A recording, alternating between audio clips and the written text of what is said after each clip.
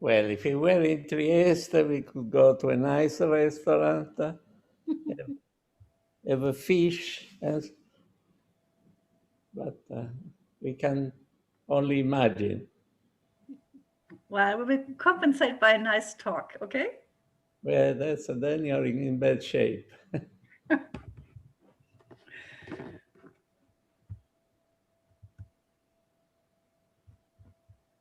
Ok, va bene.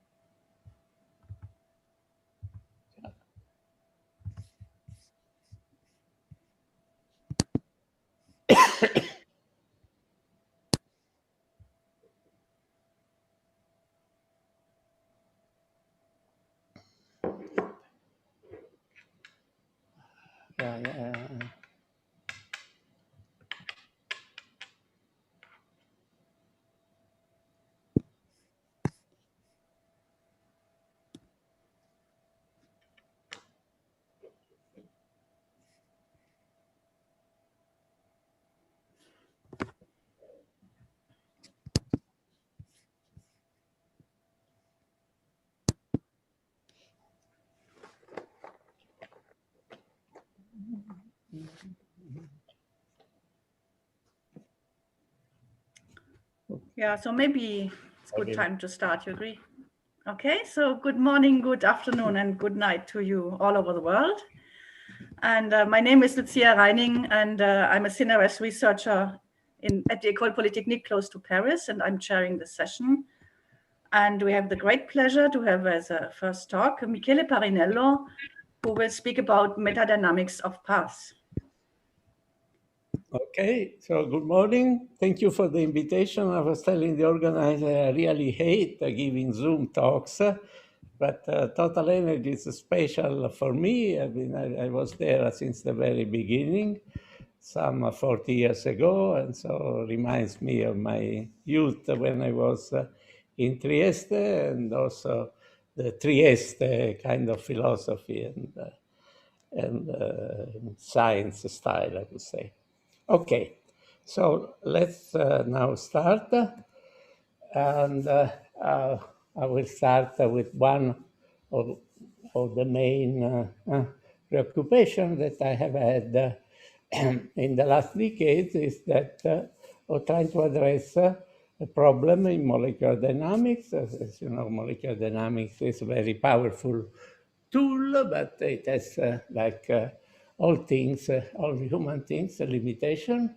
And one important limitation, which always we are trying to overcome, is that of the time scale that simulation, molecular dynamics simulation, can explore. And in fact, there are many physical phenomena. Here I illustrate two such phenomena. One is protein folding, the other crystallization. They take place on a time scale which cannot be reached by brute force molecular dynamics simulation. So that's what we are going to talk about today. And before going into the details, I just want to establish some nomenclature. So one concept that we're going to use over and over during this talk is that of collective variable, which for physicists that's a common it's not such an alien concept if you consider Landau's theory, where they call about all the parameters, or even in chemistry, similarly reaction coordinate or whatever. I mean, this is not a new concept. And so, but so we imagine that we have by hook or by crook obtained some what we call a collective variable. So a variable which encodes the slow degrees of freedom of the system. Then we do the marginal of the probability distribution. The probability distribution is the Boltzmann distribution over S, and we get possibly a distribution like the one that I tell you. This would correspond to a two-state system. So the system can be with probability here, with some probability there, but with very low probability in the middle. And we can express the probability in terms of free energy, and in the space of free energy, which is the log, you find that there is a two-well system. And this is just two ways of representing the same phenomenon. And here you talk about transition state, which is a low probability situation. So so what happens if you start from here, and since the probability of going here is so slow, you remain stuck. And similarly, if you stay from there. So what we want to do, our strategy is to make some transformation of the distribution function such that the probability in the middle, which allows you to go from here to there, is increased. And we can do that by designing an algorithm that takes, in a controlled way, the original probability distribution into a target probability distribution. For instance, if we start with these two systems, so we can make the final probability look flat. And this would be the case for those who know these things, see what happens in umbrella sampling or in metadynamics. We do something a bit more sophisticated. We don't want totally flat, because then we sample with the equal probability states which are really not relevant. So these states are not relevant, these states are not relevant. And so instead, we do what we call well-tempered. So we start, this is the red is the original probability. We want to make a transformation such that the final probability is distorted, and so we have a higher probability of passing this transition state region. And I mean, the method has evolved a lot over the years. The first version was done with the okay, sorry. First version was the simplest, and then it evolved in well-tempered metadynamics, and then with Laia, sorry. The name was done with Laia, and then the most recent version is Opus, which has the present evolution, and that's what we use nowadays. And this is obtained going from one initial distribution to a final distribution, is to add or construct a function of the collective variable, which is added to the Hamiltonian, that changes the probability distribution. And of course, you have to be able to go from the original probability to the bias probability, and from the bias probability back to the original. And this operation is called reweighing. The Opus, which is the latest, would require a lecture to be explained, because there are many subtleties and many tricks that make it very powerful. But the gist of it is we write the bias in terms of the target and the probability distribution. And on the fly, like in metadynamics, rather than changing V, we change P of S by adding Gaussians wherever we go. In this way, we can do this nice transformation and observe all sorts of phenomena. And I thought that since many people here have electronic structure minded and application minded, I would like, before moving on to the next chapter, some example of applications to real problem of the methods that we have developed. The first one is the study of the phase diagram, for instance, of silicon. Silicon is one of the most important elements. Solid to liquid transition is accompanied by a non-metal to metal transition, so liquid silicon is a metal,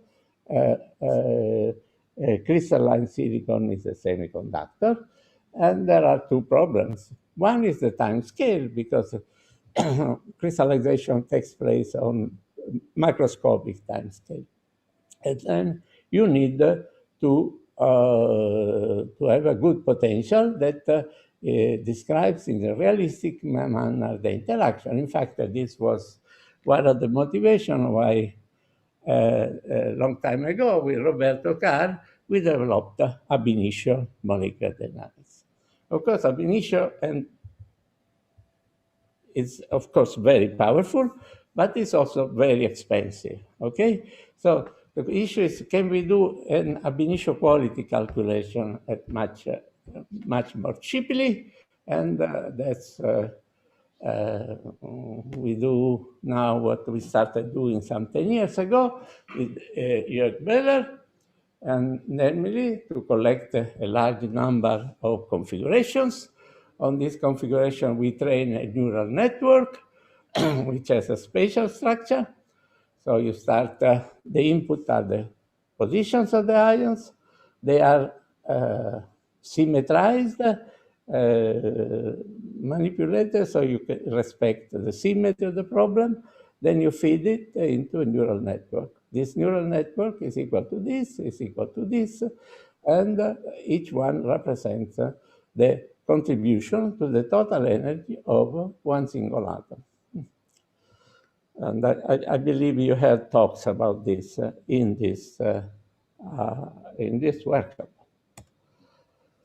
Okay, so when you train a network, you need data, and you have to choose the data on which to train the network. And the issue is with neural network that neural networks are very good at interpolating. So if I have data, I have a good representation of this function, but very poor at extrapolating. And so if the yellow is your real curve, as soon as you move from the region where you have data, you're in trouble. In the context of what we want to study, which is a phase transition between one phase and the other, which is where the system goes through a transition state, the problem is that if I do, even if I do a standard MD, I only find configuration in A and B. So, but, I mean, to study the transition, it's very important that I have data on the transition state. Otherwise, the barrier will be too high or too low. I mean, it will be totally wrong. So the way we do it is we use metadynamics. So we use a potential. In this case, it was a Stillinger-Weber potential, some simplified potential. We generate configuration here and there, but also we do metadynamics. That means that we are not stuck here or there, but we can move from here to there and pass through the transition state. You see here, there's a nucleus of solid phase in a sea of liquid phase. So metadynamics enters in the construction, directly in the construction of the potential, and not only as a sampling tool. Okay. And we have studied the silicon. Just I give a sampler of things that you can do in this way. So these are all ab-initio quality things. But we studied the phase diagram of gallium. Gallium is particularly complicated system with the spatial bond. We don't have time to go into the details, but we can really understand all these 4 phase transitions. We can study chemical reaction in solution in the full complexity. This is the case of urea decompositions in water, and it's a very recent application is to this nice system. Pity I don't, maybe I should have talked about this, but I mean, now it's too late. The phosphorus has many solid phase, as you know, but also in the liquid state is an odd behavior. It has two phases.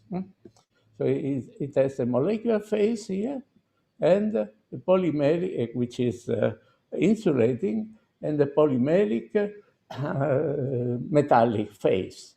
And through these tools that we have developed, we can study these transitions naturally.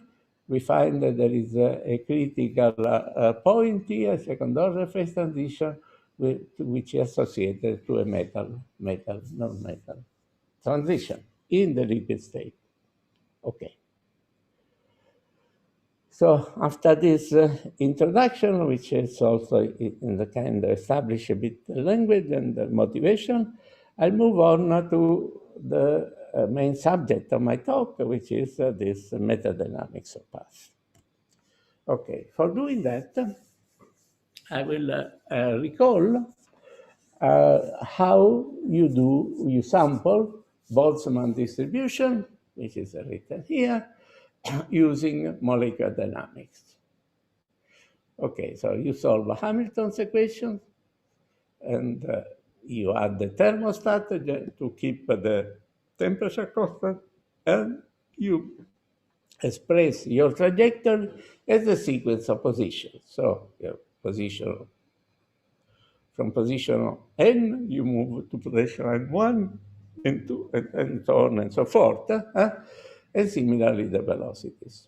From this trajectory, you can calculate average properties, simply summing, or also correlation function, which in the practice are written consider. You have an observable at time I, then you want to see how it correlates with the same operator or different operator at time tau, and that's how you write things. Okay, so that's all standard. Now, what we want to do is rather than sampling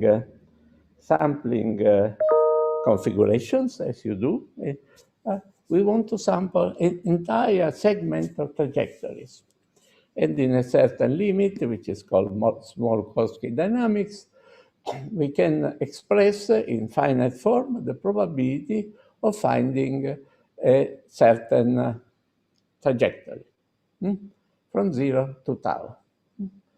And this action that appears here is written here, is an integral over the, here's a bracket missing, over the trajectory r of t from 0 to tau. Okay, so from here you can sample trajectories. Okay. So computer doesn't like continuous object, and so we have to discretize, just as you do in standard molecular dynamics. And so the trajectory is nothing else but a succession of points where the index here is really a label for the time step where you are. So when you discretize your trajectory, the velocity becomes a finite difference estimator of the velocity. This is the force, and so on, and these are the ionic position. Okay, so if you want to visually see what happens, we have the system repeated n times. As you move along here, you move along the time. Each snapshot, each instantaneous configuration is linked to the other by this expression and by the forces. Okay, so that's what. Okay, so we want to look for probability to start at a certain point, say A, in the basin of A. So I put this here, and the probability now becomes like this, where this is something complicated, but it's nothing but a classical Boltzmann.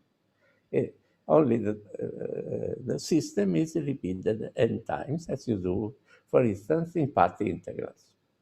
But you can treat it as a standard classical problem. So by doing this, you turn what is a dynamical problem into a static one.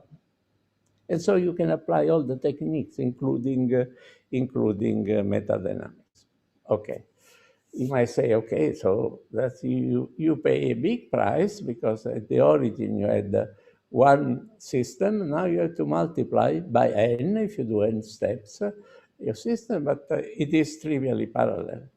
And so you have two advantages by doing this approach. One, you turn something dynamical into something static, or that looks static, and then you turn a serial problem, because when you do molecular dynamics, you start with the configuration, you do all your calculations, then you update, then you update, then you update, and this is naturally serial, and so it's cannot profit that much from parallel machine. In this path approach, instead, it's a trivially parallel formulation. Okay, let's see how it goes. So I have this model system. It has one minimum here, one minimum there. There are two barriers. In this case, we took symmetric. Sorry.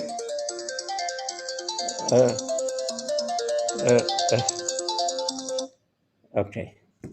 Sorry.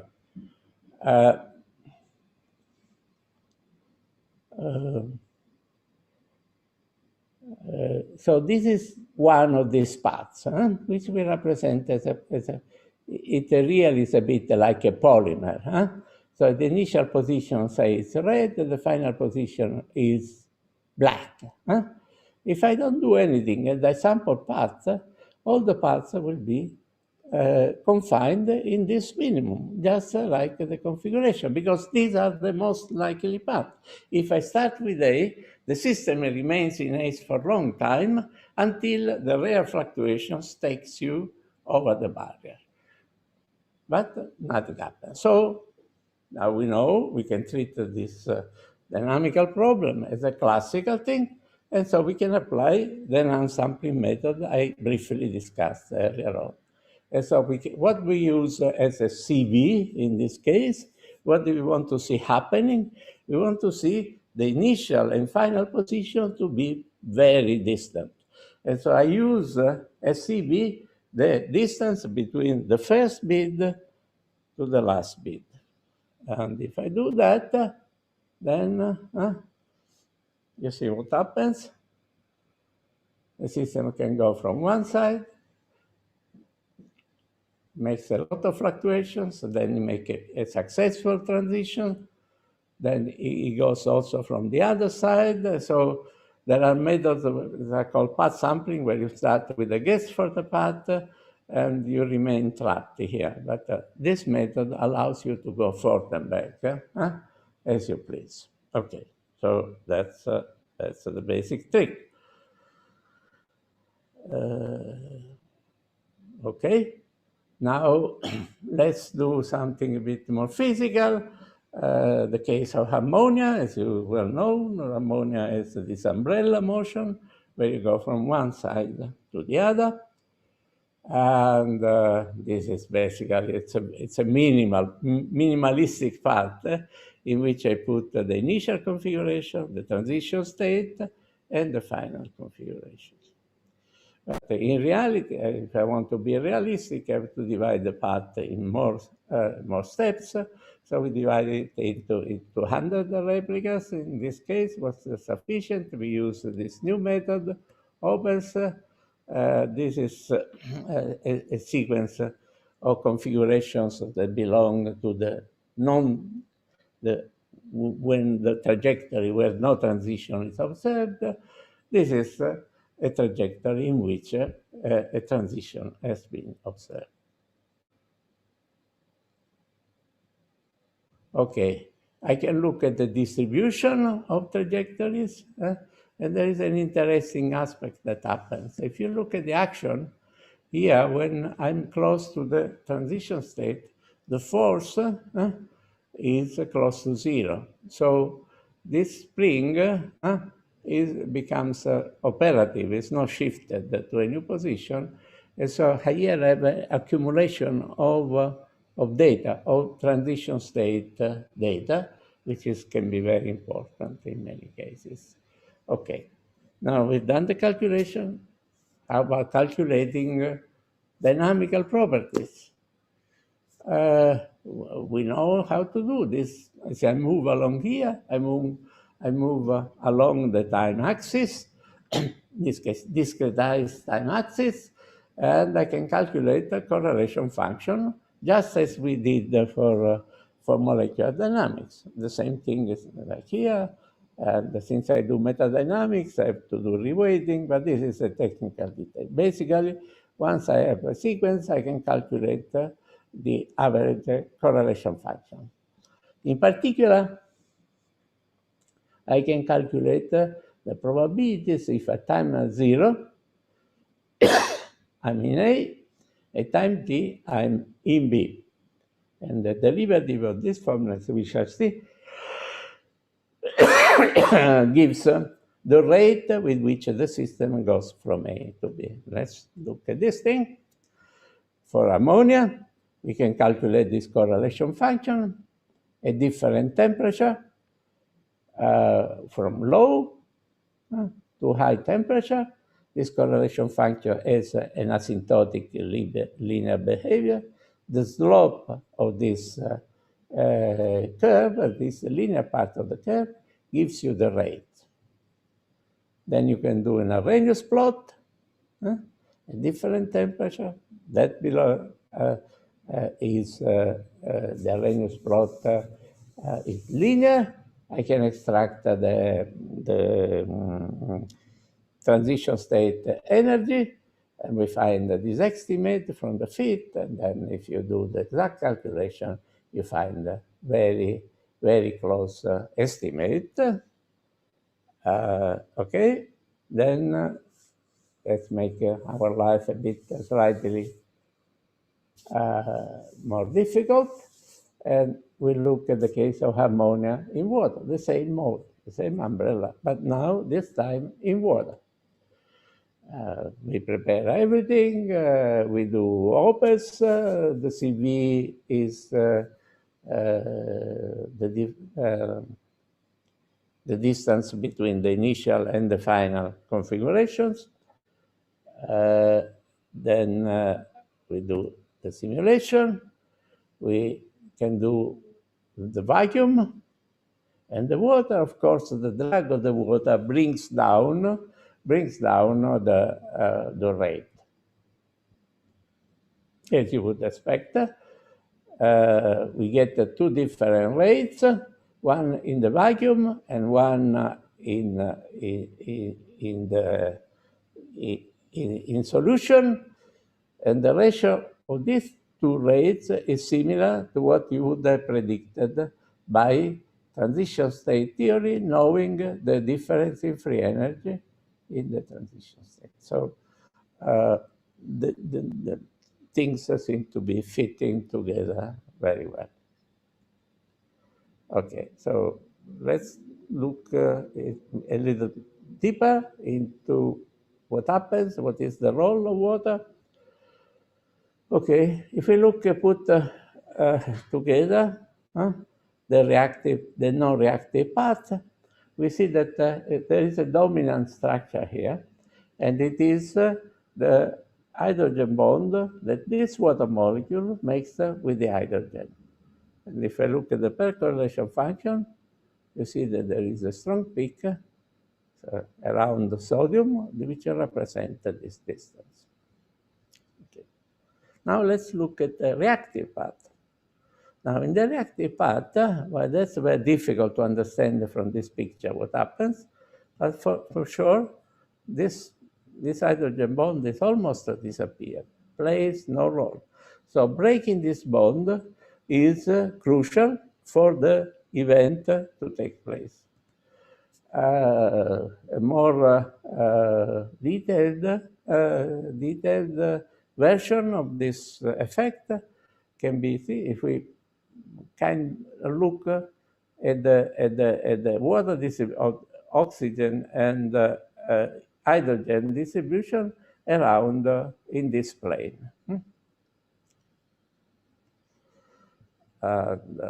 That's what happens. That's what you expect. Here you have nitrogen, your hydrogen, and the oxygen farther apart. Okay. Non-reactive trajectory represent, it's just a check, and then the standard equilibrium MD gives the same thing.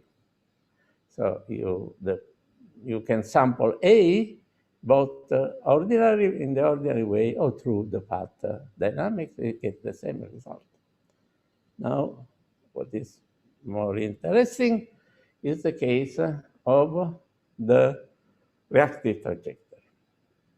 So for the reaction to take place, the solvation shell around the nitrogen has to change nature, has to become almost symmetric.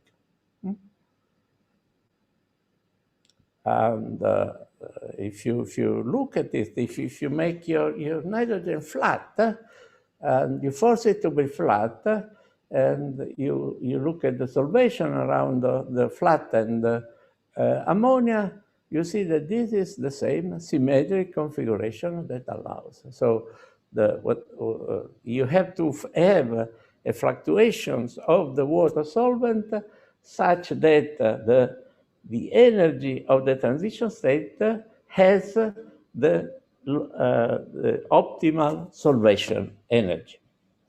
Okay. So that's how much time do I have?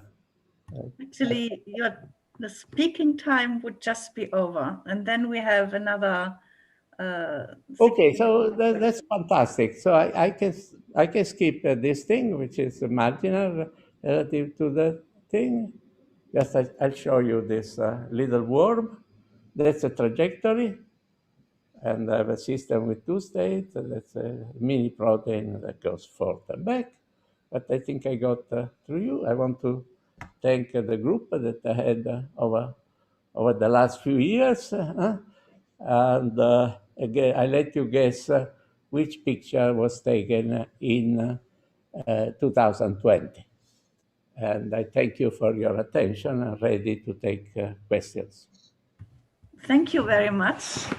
So we actually do have time for questions, and I can see 2 questions from participants and 2 raised hands from panelists. So let me start with the participant question.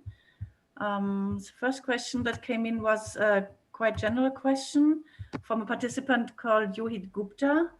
Yohit Gupta, do you want to ask your question yourself?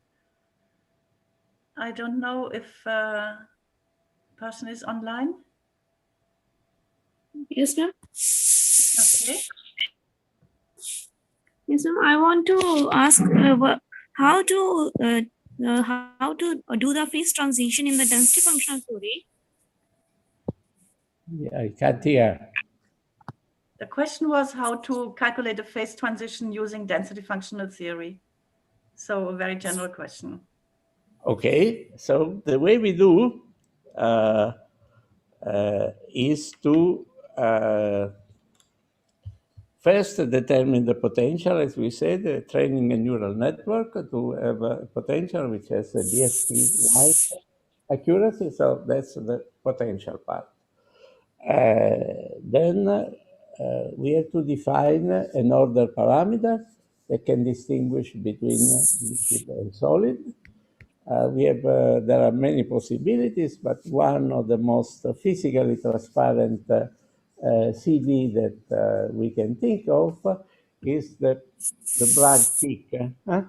it's a like experimentalist see whether there is a phase transition. So we do a metadynamics auto simulation using DCB, so the system can go from liquid to liquid, from liquid to solid, and then we see for the focus locus of point in which the difference between solid is zero. Okay, sir. Thank you. Okay, so I suggest to move to a question of a panelist. So next one would be Francesco Mauri.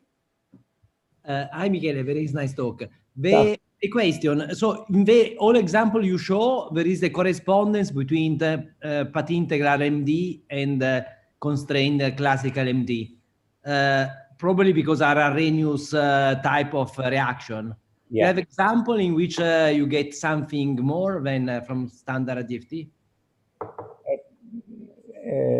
Well, I mean, I would say the role of the solvation was not clear before our calculation, and I can imagine a more complicated system where it is difficult both to know exactly what is the transition state. So this is the very beginning. So we do it system where we know where there is the transition state. But in many cases, this is not the case.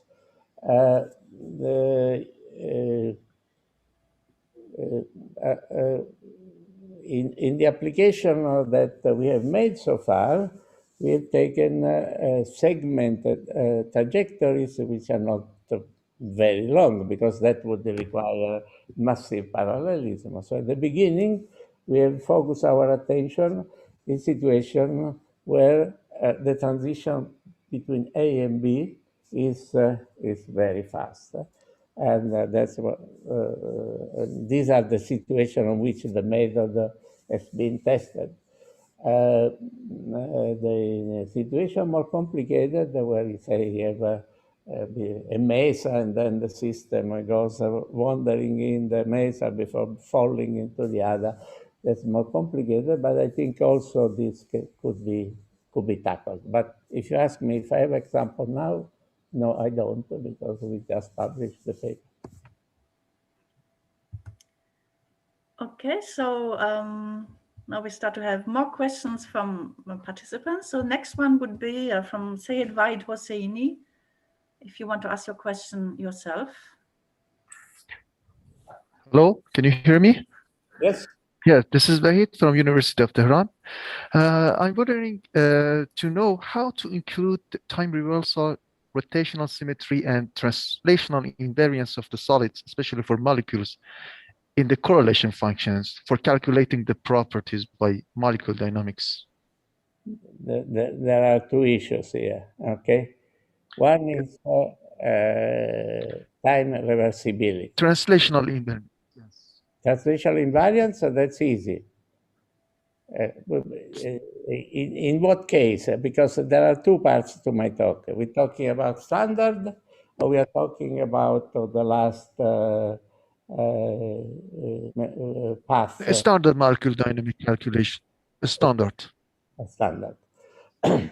Okay, the linear momentum, it's easy to enforce because you calculate the force, the way it is done, you calculate the force on particle I due to particle J, and then Yes. you put a minus sign, and then you get the force from J on J from I, and this automatically conserves the linear momentum. If you start with the zero linear momentum, you continue to have linear momentum.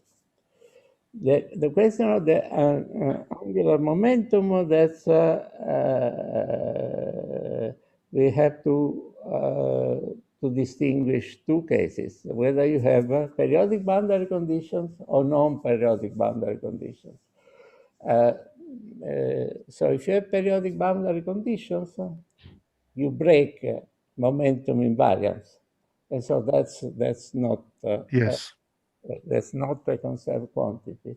The other, I think I never really worried about it because I don't do planetary motion and things like that, where conservation of angular momentum is important. So it's something for. I don't think there is a major issue there unless you want. Because the question that you use, if you use Newton's equation, that's angular momentum is going to be conserved to the accuracy of your. It is conserved. Yes. Thank you. Thank you very much. Thank you very much.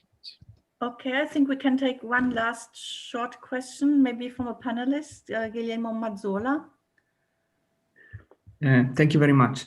So a short technical question. So if you study reaction involving tunneling, do you observe the tendency of these paths to perform some kind of instantonic trajectory, like with all the replica on the left, all the other on the right, because no one wants to sit on the top? And if you do, how do you avoid this? Well, instanton, they come in a quantum context, I believe. And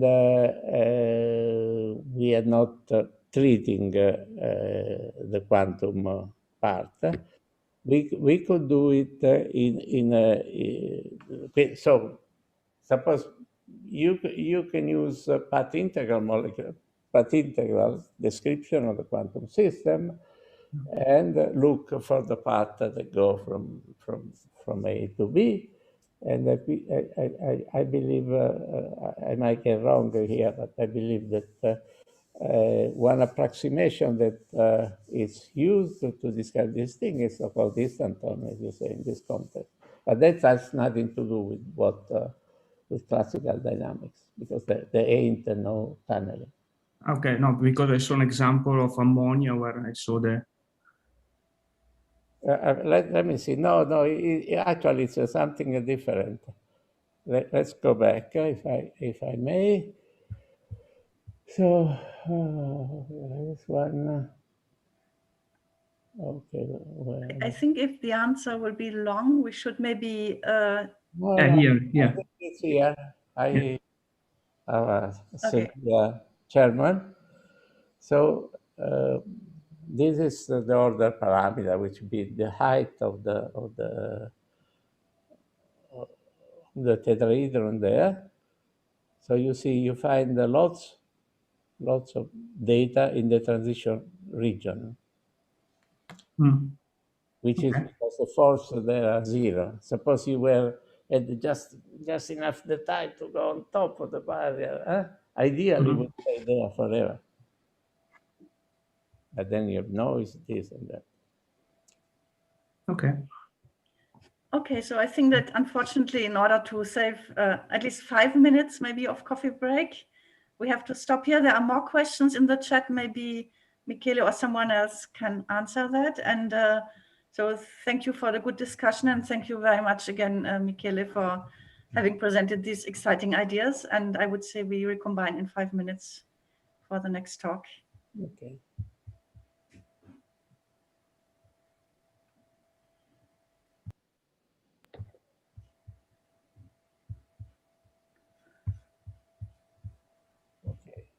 È chiuso qua?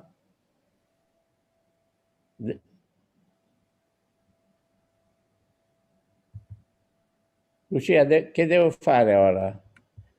Tu devi semplicemente tirare via i tuoi slide, nel senso che il prossimo speaker tecnicamente avrà la possibilità di mettere i suoi slide. Ok, va bene. Basta in basso, penso basta che c'è un bottone unshare o stop share. Ha già fatto. Ah, già fatto, sì, scusa. Va bene. Quindi siamo a posto. 5 minuti va bene, no? Voglio dire. Qualche cosa che devo fare? Così come non siamo in una enorme coda per il coffee break. No. Because to have room for the eventual delays. So we put all the 10 minutes pause for to accommodate for eventual delays. No, I mean, we will the coffee break has been shortened Yeah, it's okay because in we a like dictatorial way to 5 minutes, and we will do what we can, right? You could try the screen. You have to, if you have now, since there's no coffee break, if you have to bake your coffee, then it's a, it's a problem. Yeah, I mean, there's no queue, so there's no problem. Okay. We could Let's use call it this a technical time break. also to test the screen sharings of the new speakers. So Svastika, David, Lorenzo, Massimiliano. Okay, I will be away for 1 minute. You can do this, right? You do this. Okay. Okay. So who should? Ciao Nicola. Hi. Ciao, ciao. Hello. Should I try to share my screen? Yes, please. Okay. So I would share this here. Okay, can you see it? Yes, fine. Okay, perfect. So if I do presentation, Okay. I can. Okay. So Okay. you can see my cursor, my mouse pointer. Yes. Okay, thank you. Then I will unshare.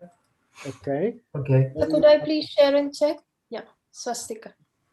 Yeah, maybe you can try last because you will be, so you leave it on directly. Okay. Okay. Lorenzo, are you there? Yes. Okay. So I try sharing the screen. Can you hear it? Perfect. Can you see? Can you see also the video now that I put? It's playing. Yes. It's okay. fine. Okay. So it works in this very technological way of including video in slides. Like running separately, right? Yeah. Okay. Okay. So Massimiliano. Yeah.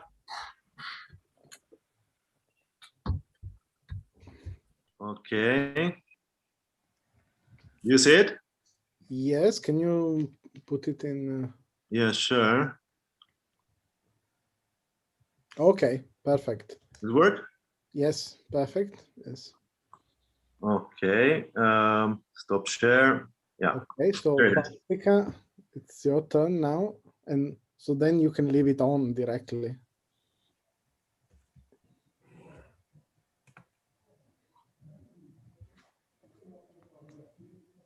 So Okay. Perfect. Yeah.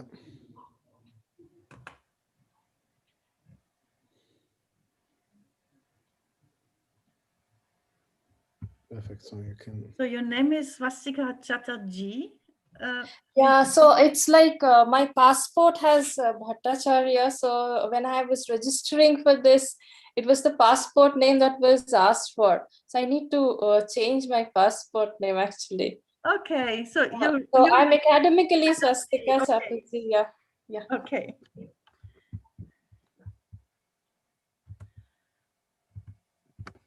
Good. Then I would say we start in 1 minute, right? Okay.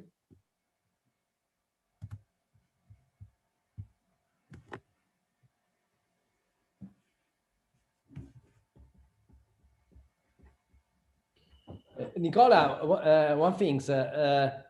Shall we? Do you have prepared a conclusion after? No. Eventually, you should thank all the ICTP organization. So eventually, I can say 2 words regarding the meeting at the end, and you can eventually thank the secretary or technical staff. Yes, very important. Yes. Okay. And we should say something about the mini next year in Shanghai, right? And yeah. So should we? Do we have the organizer here? Can he say something or? no, I see Gong is not there, and I don't know who else is involved. But Maybe you can prepare this a little bit in background, and we can maybe start. If you Okay. agree. Or you want to finish this discussion? it's over. Thank you. It's all right. So then I would suggest that we start the session again with a talk about the composition of the Earth's inner core, given by Swastika Chatterjee. Yeah, thank you so much. So am I audible? Thank you. Okay, so the topic of my presentation, as just said, is composition of the Earth's inner core. And this work has been done in collaboration with Professor Tanushree Shahadash Gupta, Professor Shujoy Ghosh, and Dr. Tilak Das. Okay, so the Earth as we know it today, it has an outer crust followed by the mantle. Then we have the liquid outer core, and then we have a solid inner core. Now, since the discovery of this solid inner core, something about 80 years ago, its composition has been highly controversial. Okay, so however, there is a general consensus among the scientific community that the major constituent of the Earth's inner core is iron with some amount of nickel. So there have been several studies that have been done in the past where people have tried to figure the structure of iron under extreme conditions of temperature and pressure. And most of these studies, they indicate that it is the HCP, the hexagonal closed pack structure of iron, which is stable at Earth's inner core pressure and temperature condition. Now, I would like to point here is that the BCC phase of the iron, on the contrary, has been shown to be dynamically unstable at Earth's inner core PT condition. So we are going to get back to this at the end of the talk.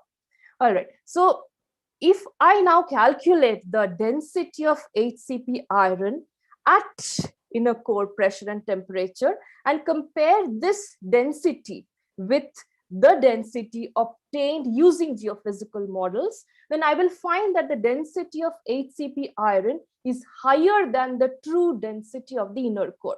So what it basically signifies is that there must be some light elements which are alloying with iron inside the core.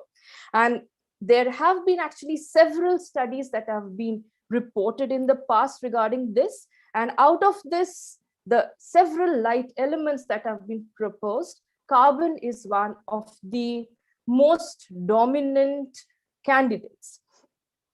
So there are several reasons why carbon is one of the important candidates as far as light elements are concerned. Firstly, carbon has very high cosmic abundance. So it is basically the fourth most abundant element in the solar system. It has a high affinity for iron. Then there are theories on formation of the Earth's core, which suggests that the Earth's core was formed out of a magma ocean, which was rich in carbon. So there is a finite probability of some amount of carbon getting incorporated into the inner core in the process of this formation of this core. Now, further evidence comes from the study of C1 chondrites. So what are C1 chondrites? They are basically thought to have similar elemental composition as the original solar nebula. So the original solar nebula is basically from where our planets have been formed. So if I study the composition of C1 chondrites and compare it with the composition of our mantle, we find that the carbon content of the mantle is actually lower than the carbon content of C1 chondrites. So what it indicates is that there is some missing carbon, and this missing carbon might have gone into the core when it was being formed. Further evidence comes from, once again, iron meteorites. So what are iron meteorites? They're basically thought to be parts of cores of planetesimals, which unfortunately broke apart instead of growing further into a proper planet. And the study of these iron meteorites suggests that there are abundant iron carbides there.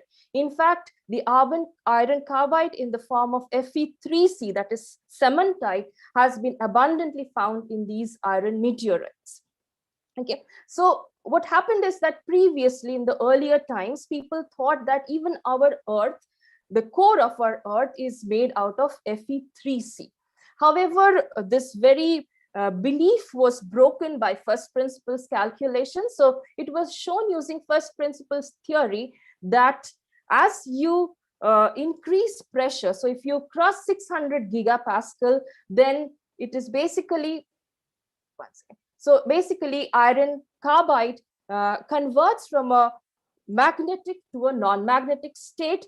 And this non-magnetic Fe3C, it has a much higher or stiffer bulk modulus as compared to the inner core. So what it suggests is that you can no longer consider Fe3C, that is cementite, as an inner core constituent.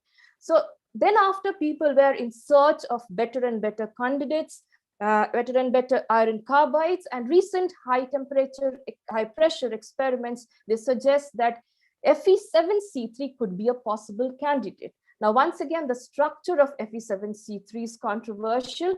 So there have been two different structures of Fe7C3 that have been proposed. One is orthorhombic, the other is hexagonal. So in the following, we will discuss the thermodynamic properties, the thermodynamic stability of, relative thermodynamic stability of these two phases, that is orthorhombic and hexagonal, and also look at its physical elastic properties. Okay, so when we are talking about thermodynamics, the very first parameter we generally talk about is the enthalpy. So enthalpy is simply U plus PV. So it's the internal energy of the system plus the pressure volume work done. You have to create room for the system. So you basically have to push out the atmosphere and create the system. So it is basically the amount of energy you spend to create the system in the absence of temperature. So calculation of enthalpy shows that the enthalpy of the hexagonal phase is lower than the orthorhombic phase. As a result, we can say that in the absence of temperature, it's the hexagonal phase which is stable. Now we look into the dynamical stability. So here we have plotted the Phonon density of states, and the absence of imaginary frequency suggests that both the orthorhombic as well as the hexagonal phases, they both are stable, dynamically stable at inner core pressures. Finally, when we are talking about the inner core, it is very important to talk about temperature, because you are basically considering very high temperatures of the order of 5,000 to 6,000 degrees. So the appropriate parameter to study here is basically the Gibbs energy. So Gibbs energy is nothing but the enthalpy minus the T times S. So you can basically borrow some energy from the environment, and this assists you in creating the system. So greater is the temperature of your surrounding, greater is the probability of the system being created, or easier is the system being created. So when we calculate the relative Gibbs free energy between the hexagonal and the orthorhombic phases, we find that once again, the hexagonal phase of Fe7C3 is the stable phase. Right. So next, we just discussed that apart from iron, we also have some amount of nickel, about 5 to 15% of nickel inside the core. So we next try to see what is the effect of nickel on the relative stabilities of these two phases. And we find that nickel has no effect on the relative stabilities of the hexagonal and the orthorhombic phases. Okay, so having understood that, we also know that our overlying mantle, that is the mantle that lies just above the core, is very rich in silicate minerals. So there is a very high chance that some amount of the silicon can diffuse into the core. Now, apart from this, there are also other arguments which suggest that silicon could be a constituent, a major light element constituent of the inner core. So what we do next is that we try to dope silicon into this Fe7C3 system. Now, when we're talking about doping silicon, we can dope silicon in two different ways. We can dope silicon at the iron site as given by the first equation, or I can dope silicon at the carbon site as given by the second equation. So when we do the thermodynamic calculations, we find that it is the second equation, that is when silicon sits at the carbon site, that is the most preferred configuration. Now, this is also expected because silicon and carbon, they are very similar charges. So it is easier for silicon to come and sit at a carbon site rather than to come and sit at an iron site. Okay. So once we know where to dope silicon, so we know that silicon goes into the carbon site, the next question that we ask is, will this system be stable or break up into HCP iron, silicon doped HCP iron plus iron carbide plus carbon? The question that we are asking here is important because there are several studies which have been reported in the past which says that silicon doped HCP iron could be the stable phase inside the Earth's inner core. So once again, we do thermodynamic calculations. We calculate the Gibbs free energy of the left-hand side of the equation and the right-hand side of the equation, find out the difference, and we see that no, so, fortunately, our silicon dope Fe7C3 is stable. So it does not prefer to break up into HCP iron Fe7C3 plus carbon. Okay, so now that we understand that our where silicon gets doped and whether our system is stable or not, we next go over to calculate the thermodynamic properties of this 3.2 weight % silicon doped Fe7C3. So what do we see? We find that when silicon goes into the carbon side, once again, the hexagonal phase of Fe7C3 is stable, as it was in the absence of silicon doping. So this is where we have calculated the enthalpy, and the pressure range is from 200 gigapascal, which is the pressure at the core mantle boundary, up to 364 gigapascal, which is the pressure at the center of the Earth.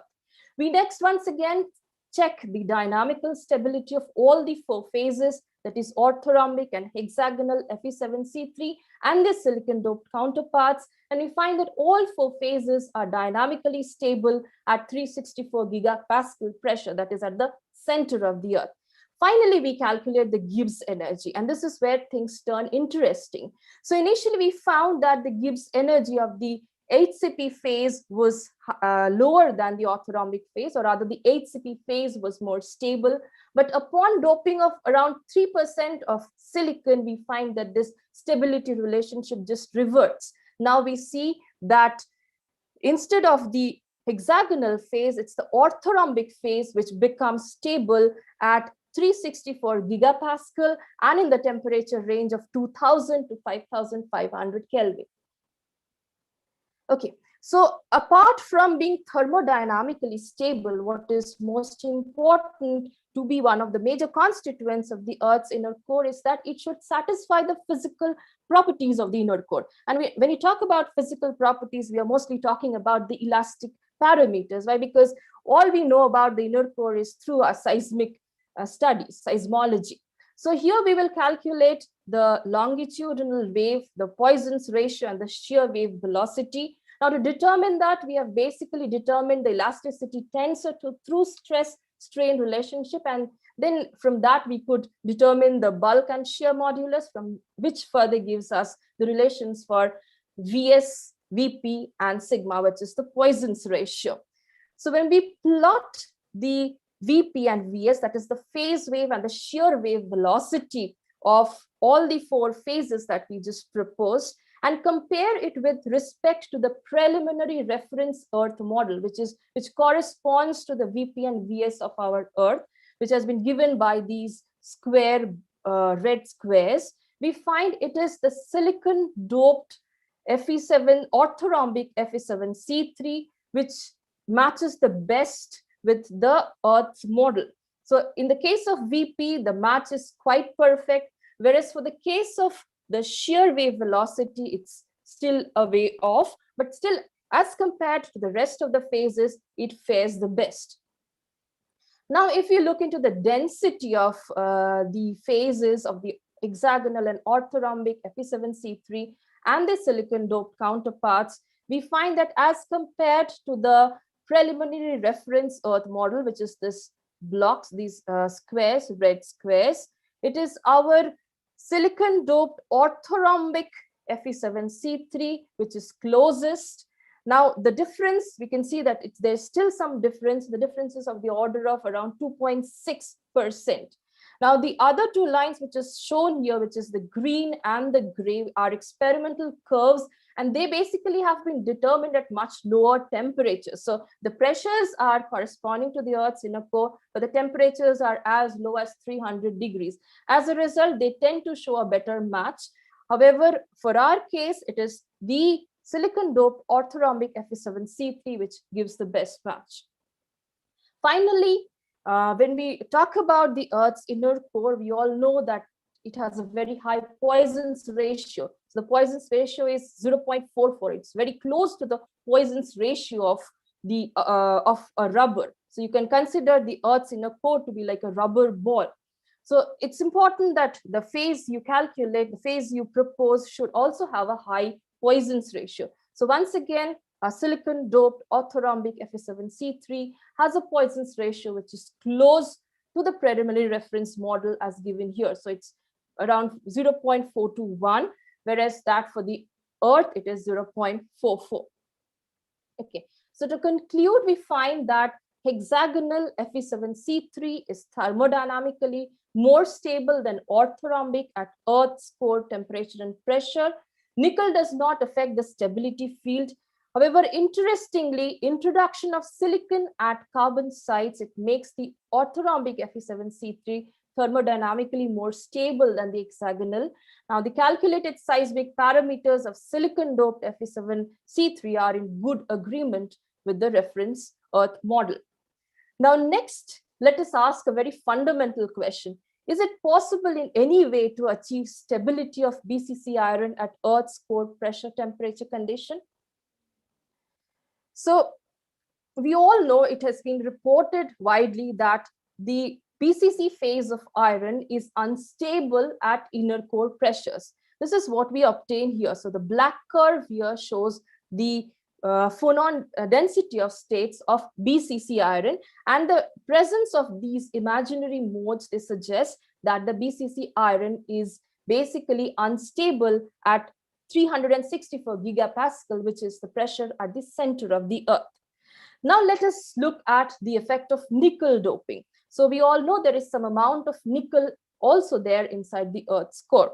So if we now dope the nickel in a very systematic manner, that is, we place nickel atoms at the centers of the BCC motors as in model 1, and calculate the corresponding phonon density of states of this model at 364 gigapascal. Once again, we find that this model is unstable because we tend to get imaginary frequencies. Now, let us try another way of doping nickel. So now we have doped nickel in this model 2 such that the nickel-nickel distance, interatomic nickel-nickel distance, is not constant, or rather nickel is somewhat randomly distributed in the lattice. So in that case, we find that the phonon density of states suggests that this system surprisingly becomes stable.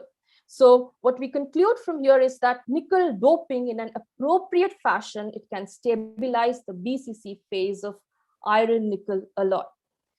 Now we have repeated this experiment with various different configurations of nickel and also various concentrations of nickel. So we have carefully distributed these nickel atoms in a random fashion in the BCC matrix, and then we have calculated the phonon density of states at 364 gigapascal, and we find that for all the different configurations considered, our configuration, our BCC iron nickel alloy is found to be stable at Earth's inner core pressures, as shown in this dispersion curve at this phonon density of states.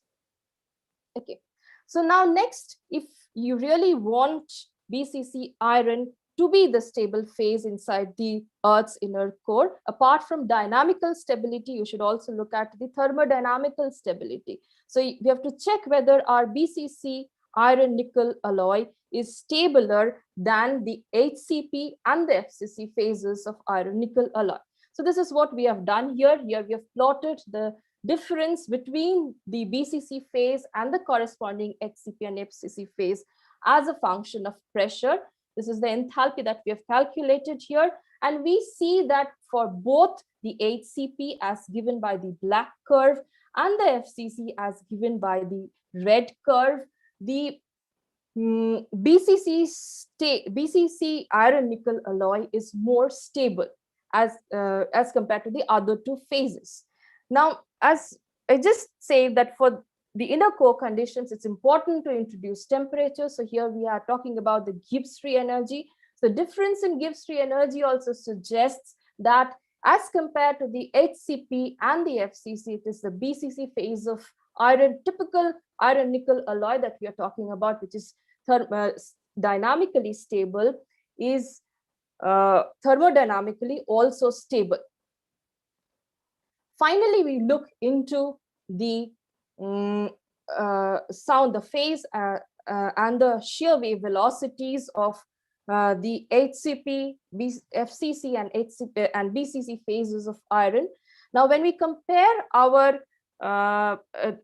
VP and VS of BCC iron nickel alloy with respect to that of HCP iron nickel alloy, we find that yes, it fares better than HCP iron nickel alloy, in a sense that the VP of our proposed BCC iron nickel alloy is off by around 1%, whereas for the HCP it's off by around 10%.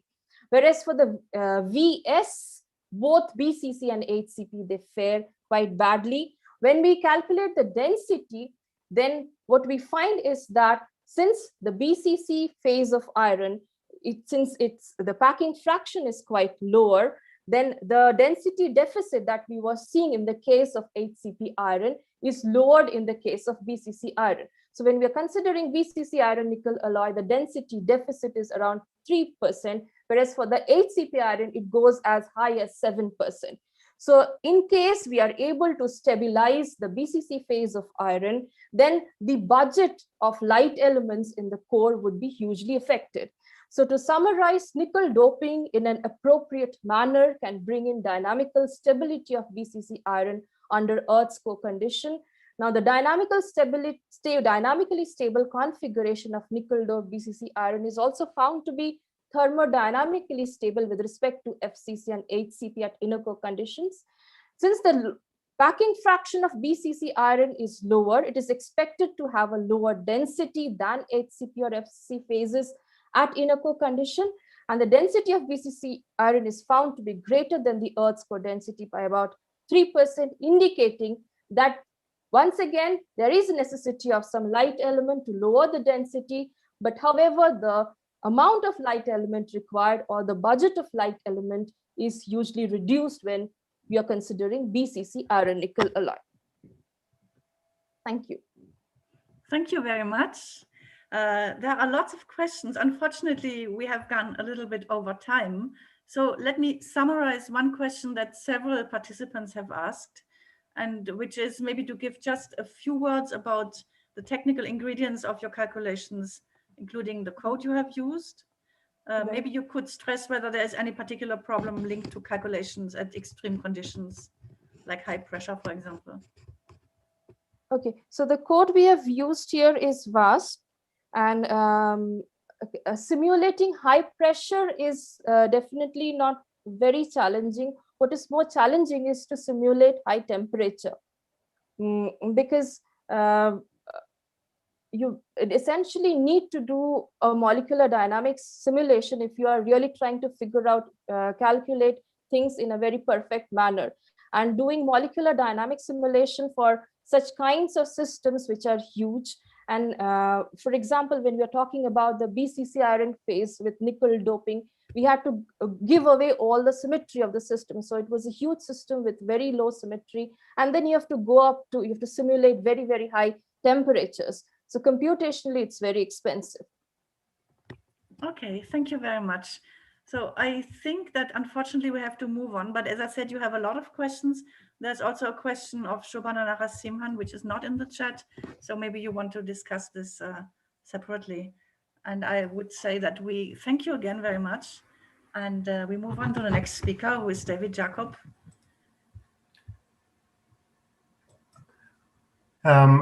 I cannot share the screen still. Okay, could you unshare your screen, Swastika, please?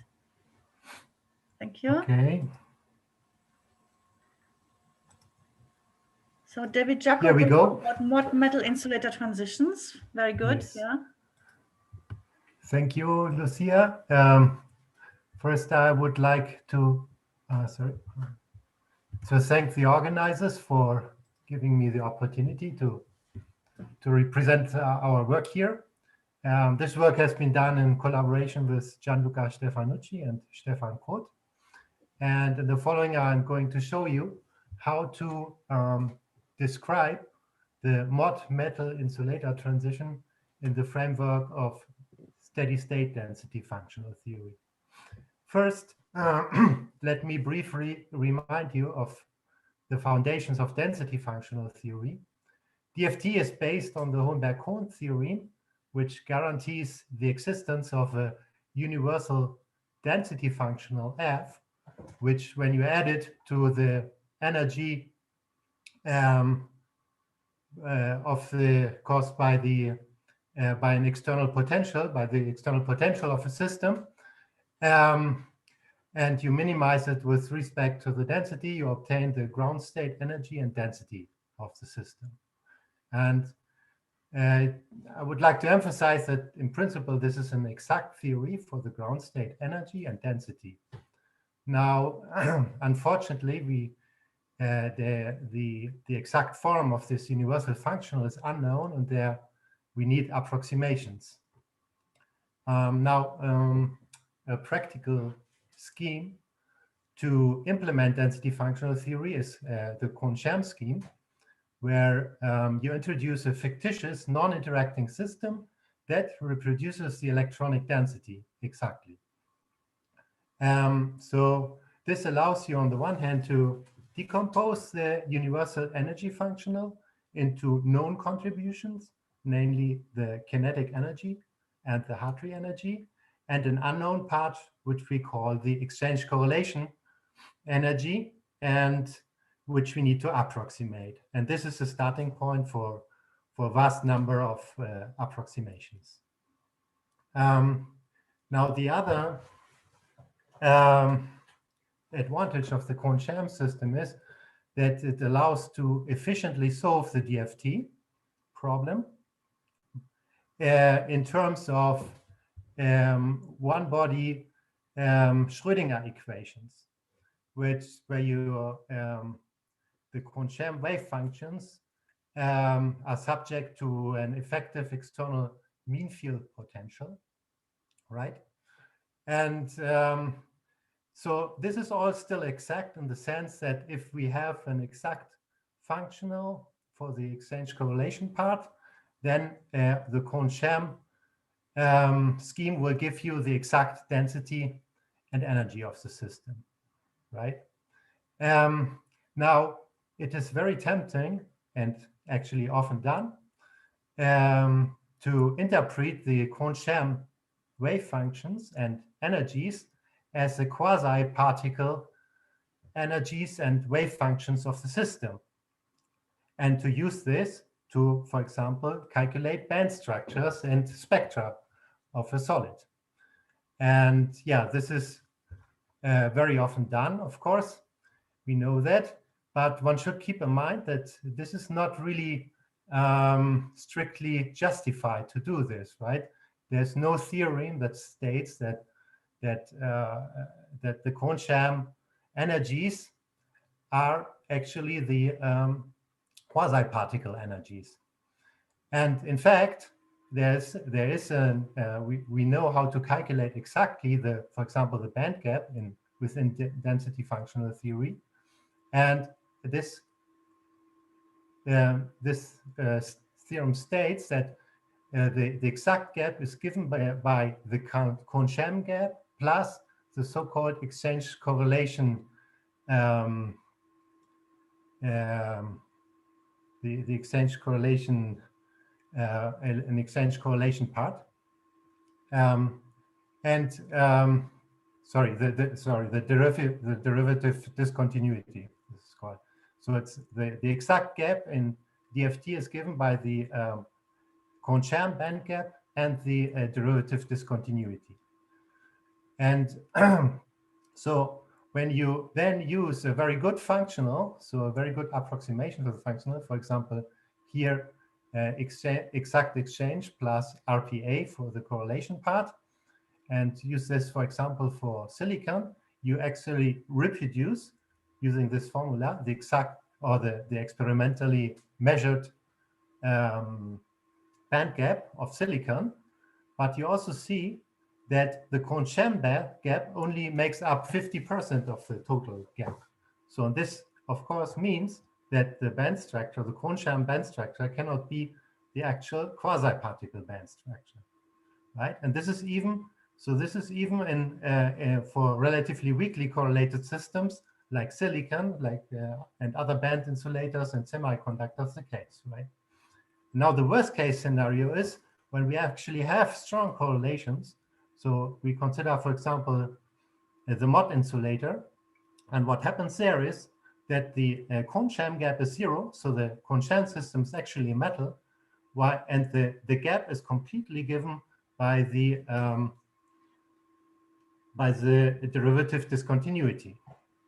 So meaning that the Kohn-Sham band structure and spectra, they can be sometimes good approximations, maybe, to the real band structures and spectra, but one has to be really careful and cannot really take this always as the case. Now, a related problem is to use DFT to calculate the density and current of a nanoscale system driven out of equilibrium by combining DFT with the Landauer-Büttiger formalism, or also known as the non-equilibrium Green's function formalism. And the problem there is that DFT is a ground state theory, and there's no basis to use this basically in the case of a system driven out of equilibrium. And my collaborators Stefan and Gianluca solved this problem by introducing a new flavor of density functional theory called steady state density functional theory, or in brief, IDFT. And what you do there is you introduce a new density, namely the current, in addition to the electronic density. And then you have a Hohenberg-Kohn-like theorem, which which establishes a one-to-one map between the density and the current on the one hand, and the external potential and the applied bias on the other hand. You can then also introduce a Kohn-Sham system that is a non-interacting system, which reproduces the exact density and the current of our nanoscale region. And then, well, there you have for the Kohn-Sham system a one-to-one map with an effective external potential and effective bias. So these are the Kohn-Sham potential and the Kohn-Sham bias of these systems. And then you can, within these, you can then, in this Kohn-Sham scheme, calculate the density and current with the formulas known from the Landauer-Büttiger DFT.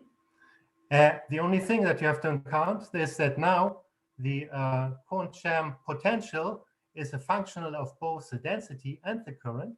And in addition, you have a Kohn-Sham bias, which also is a functional of the density and the current.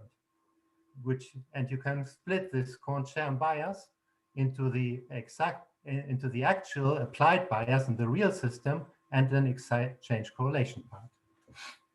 Now, this was so Gianluca and Stefan have shown that this. So with this approach, you can actually describe Coulomb blockade and Kondo effects through nanoscale junctions, which is something which is out of reach for the Landauer-Büttiger DFT. Now, I will show you now how to apply this approach in order to calculate spectral functions with it. So in order to do that, we introduce a special setup, and basically it's an STM experiment, an idealized STM experiment, where we have our system S, that we want to measure the spectral function of, and we have the tip electrodes, which is weakly coupled to our system to be measured.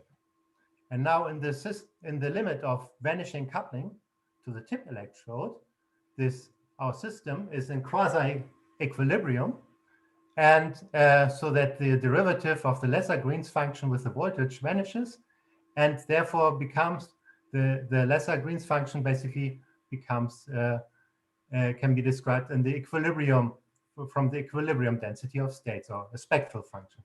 sorry. So basically now also the density matrix of our system, and therefore also the electronic density, it becomes the equilibrium one. And if we apply now the Meyer-Wingren, the asymmetric Meyer-Wingren equation in this ideal STM limit, the dIdV then we see that the dIdV is basically given by the spectral function of our system. So if we can now choose the coupling as we like, we can couple it to some orbital, some state in our system S only. And then this setup allows us to measure the spectral function of that orbital M from the dIdV. Right? And the idea is now to use IDFT to calculate the dIdV and therefore the spectral function. So now in the ideal STM limit, the equations for the density and the current decouple, right?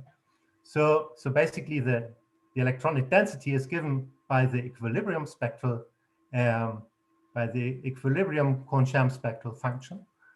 So the first step is to do a equilibrium DFT calculation simply. And then once this is done, we solve the IDFT equations for the current, which is simply given now also in terms of the equilibrium Kohn-Sham spectral function. But the only difference is now we have here the Kohn-Sham bias, and we have to solve this equation simply by root finding, right? Because this Kohn-Sham bias also depends on the current, right? So we have to solve this additional equation, and therefore we will find the current as a function of V, and we just take the numerical derivative, and therefore can, with this equation, calculate the spectral function of some orbital in our system.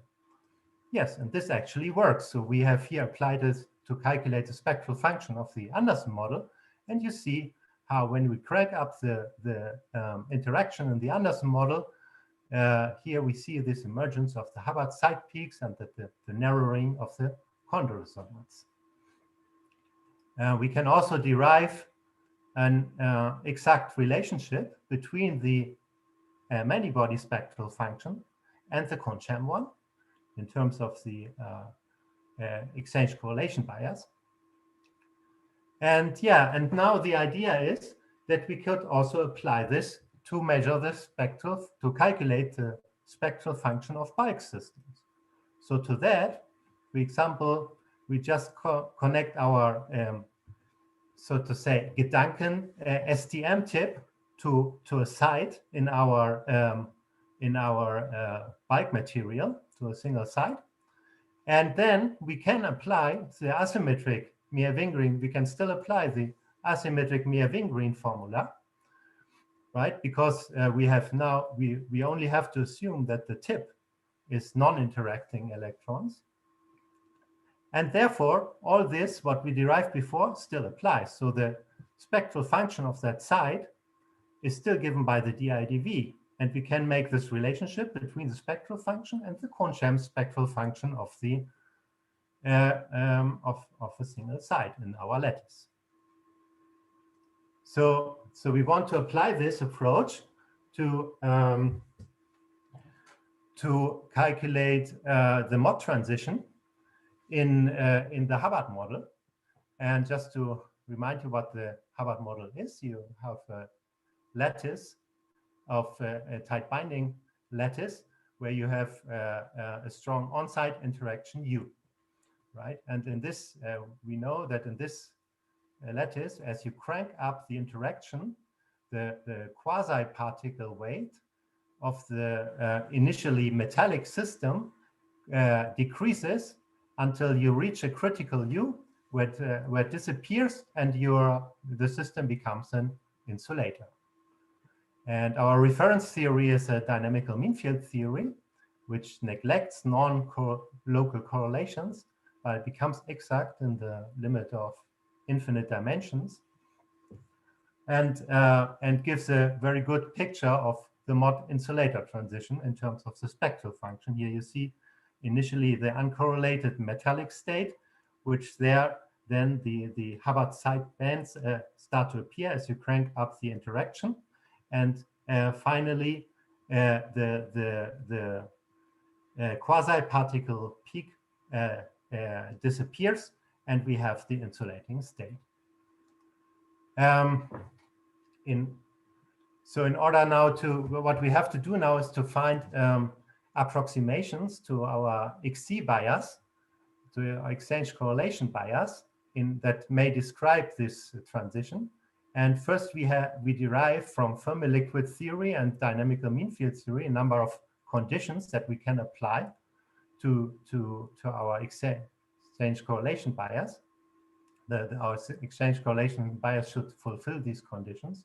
So for example, a very simple condition is that the XC bias at zero current should vanish, and otherwise we would have a finite current at zero bias. Right? This is unphysical. And then from Friedel sum rules follows that the actual spectral density at the Fermi level and the Kohn-Sham one should be the same.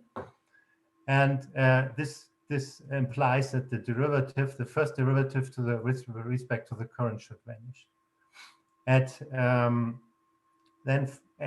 Additionally, at half filling, from the derivative of this expression, we can derive also that the second derivative of the XC bias should vanish at zero current.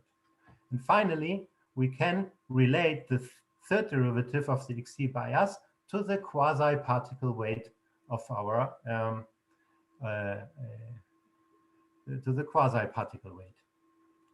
And yeah, so we use this condition to cook up an XC bias functional. And so we know from our work in the Anderson model that in order to produce a gapped system, what the XC bias needs to have is a discontinuous jump at zero current, right?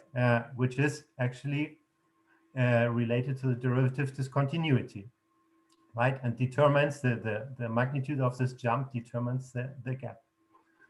And on the other hand, in the metallic phase, this discontinuous jump at zero current must disappear, right? So this is the Fermi liquid condition, right? The first derivative should vanish. And so here we make then this ansatz here for our XC bias, where we have a part which describes the mod insulating part of our functional, or the Anderson model would be the Coulomb blockade part equivalently, right? Which has a discontinuous jump basically, and times a prefactor. We call it the Kondo prefactor because in the Anderson model it gives rise to the Kondo peak, which basically erases this discontinuous jumps and makes it flat, right? And we have this ansatz here with this arcus tangens and this basically I to the 3 here. And we can derive then from the third derivative condition, we can derive an expression for this lambda k parameter from and relate it to the quasi-particle weight, right? So now we can we have a part for the Coulomb blockade part of our system, which is relatively straightforward, and this Kondo prefactor, which is linked to the quasi-particle weight, which, for example, can be calculated in NRG, right? Now we apply this, and of course it works because we have cooked up the functional that has all the conditions to describe the mod metal insulator transition, right?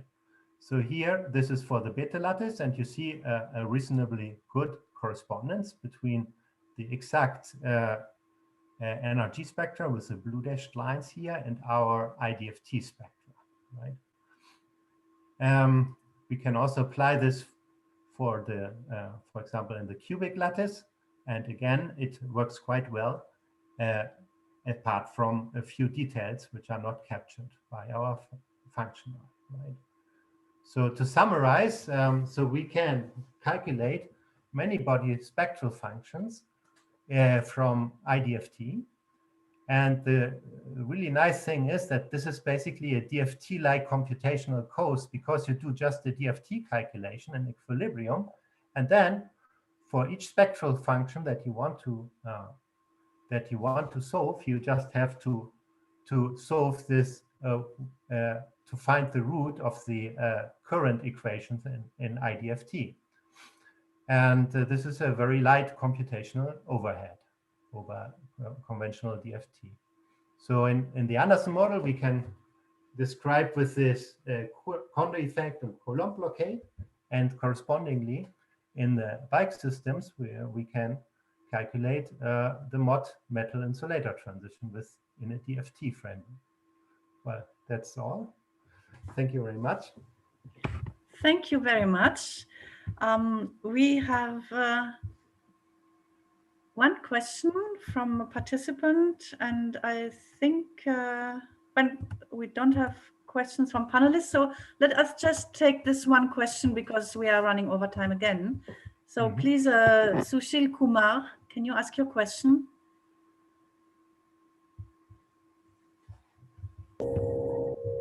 Hello.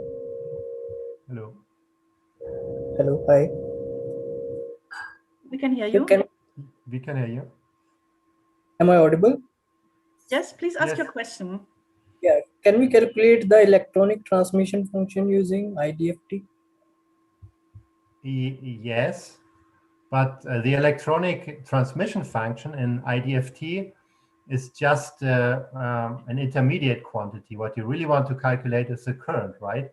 Actually, the transmission function does not really mean that much in IDFT, because it's just the transmission function of the Condensed system, right? Which per se is just a fictitious system, and the meaning of the Condensed system is just that to reproduce the density and the current through the device. Okay, thank you. Okay, thank you very much. So I think we have to move on, and please, can you unshare your slides? Yes. And the next talk will be by Lorenzo Monacelli about time-dependent, self-consistent harmonic approximation. Hi. So I hope you can hear me. And today I'm going to, first of all, I want to thank the organizer for giving me the opportunity to be here in this online meeting and to tell you something about what I have done in my last years. That is developing a new theory to compute nuclear quantum dynamics in strongly anharmonic systems. And this theory is called the time-dependent self-consistent harmonic approximation. So in the beginning of this small presentation, I'm going to tell you why it is interesting to actually compute nuclear quantum dynamics. And then I'm going to introduce a bit what is time-dependent self-consistent harmonic approximation. And I will going to spend some time telling you the linear response regime, which is very interesting because many experiments can actually be simulated in this way. So why do we want to simulate nuclear quantum dynamics? So let's think about a standard experiment. So usually when we do an experiment, we have our system that at the beginning is an equilibrium at some temperature, and then we send a probe to our system that perturbs our equilibrium state into some dynamical state, and then we measure a property of this system that is changing on time due to the effect of our probe. We can formalize all these in a practical way. So for example, at time t equals 0, we are at equilibrium, which means we are in the ground state. Here I'm talking about nuclear dynamics. So this psi here refers to the nuclear wave function, while all electronic properties are encoded inside the Hamiltonian, that is the Phonons approximation. Okay, so at the beginning, our system is in the ground state, so it solves the static Schrödinger equation. Then we perturb the system through an external perturbation, and our system is no more in the ground state of the total Hamiltonian, which is composed by the Phonons Hamiltonian plus our perturbation, and it evolves in time according to the Schrödinger equation. And if we want to measure a property of the system that depends on nuclear position, like A, an observable A in this case, we just need to bracket the observable with the wave function, the time-dependent wave function. So this works very well when our system is in a pure state, which holds at t equals 0, but we can extend very easily even a finite temperature by replacing the wave function with a density matrix. Everything remains the same, apart that now the equation we need to solve is no more the Schrödinger equation, but the von Neumann equation. And this is how we compute the average of our observable. So far, we have made no approximation on the external perturbation. So these include experiments even beyond linear regime. So very complex experiments. If the perturbation is small, and by small I mean that if we turn off our perturbation, the system doesn't change with respect to equilibrium. So at long time, we will find again the same equilibrium as before. So it doesn't change temperature or doesn't do any phase transition or something strange. Then we can treat our system in linear regime.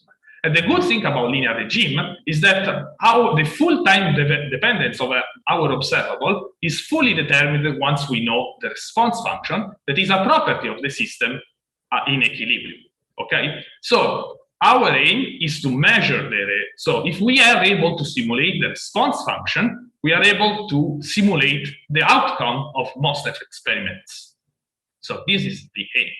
Okay, I can give you some example. For example, if you want to simulate the vibrations, the nuclear vibration in solid, if you want to measure them with infrared spectroscopy, it's equivalent. You can get the result of the experiment by simulating the dipole-dipole response function. If you want to get the result of a Raman spectroscopy, you need to simulate the polarizability response function. Or if you want to get the result of X-ray or neutron scattering experiments, you need the dynamical structure factor, and dynamical structure factor can be seen as a simple response function of this observable here. So in the end, what we really need to compute is response functions. And how do we compute response functions? So the way in which people nowadays compute response function are these two ways here. So we have an exact expression for the response function given by the Kubo formula. However, solving numerically the Kubo equation is really hard. Therefore, we need some kind of approximation. So what people usually do is the perturbative expansion. So we, for example, use an auxiliary Hamiltonian that around which we do a perturbation theory. This usually for nuclei is the harmonic approximation. And then we treat an harmonicity by expanding this equation perturbatively at the lowest order. Usually this is done through Feynman diagrams. The good point of this method here is that we fully account for quantum effects of nuclei. Indeed, it is a quantum theory. But unfortunately, this theory doesn't work very well if the harmonic phonons are not well defined. For example, this happens if our system is close to a phase transition and we have a dynamical instability at the harmonic phonons for the high symmetry phase. And therefore, in this case, we need something else. And one way, the other way that is heavily used by people is with molecular dynamics. With molecular dynamics, we can compute the correlation function, as also the talk of Professor Parinello talk a bit about this. And if you have the correlation function, you can link correlation function with the response function of the system through the fluctuation dissipation theorem. The good thing of this is that this equation here is exact in principle. So you are including an harmonicity to all orders here. You do not rely on expansion or perturbative expansion. The problem is that this is classical molecular dynamics. Therefore, you are neglecting quantum effects on nuclei. We would like to have a tool that, with the same computational cost of molecular dynamics, for example, is able to tackle systems with higher harmonicity, so close to phase transition, and be able to account for quantum effects. So this is the aim of the theory we developed. So this is the aim of time dependence of consistent harmonic approximation. This theory is an approximation, as the name itself says, and the only approximation we do is to constrain the wave packet to be a Gaussian, so the most general Gaussian as possible. Then if the wave packet is a Gaussian, we can derive a dynamical equation for the Gaussian, very similar to the Schrödinger equation. But the Hamiltonian now is non-linear, because depends self-consistently on the wave function. And this Hamiltonian is harmonic, because harmonic Hamiltonians are the only one in which, if we have a Gaussian, it remains Gaussian during the whole evolution. And the parameters of this Hamiltonian are constrained so that we minimize the action. So this is a first principle theory, by meaning that it's not empiric, we derived by first principles, the equation. And we can indeed also propagate and not only pure states, but also mixture of states, so the theory works also for finite temperature simulation, by just replacing the wave function with the density matrix, and the Schrödinger equation with the von Neumann equation for the density matrix. So I'm going to show you a little video on how it performs on a one-dimensional system. So here we have the external potential that depends on time, that takes evolving on time. Here we have the dynamics of the exact wave function that, as you can see, it is not a Gaussian. While here we have the result of the time-dependent self-consistent harmonic approximation that is evolving. And on the top right corner, we have the average position of the nucleus in this during the dynamics. As you can see, the dynamics is very good, actually. And even if this is a toy model, it's not a realistic system. I will show you a realistic system in the next slides. But we already can have the idea that the dynamics is really very good. And this simulates a non-linear experiment, because we have dynamics even beyond linear regime.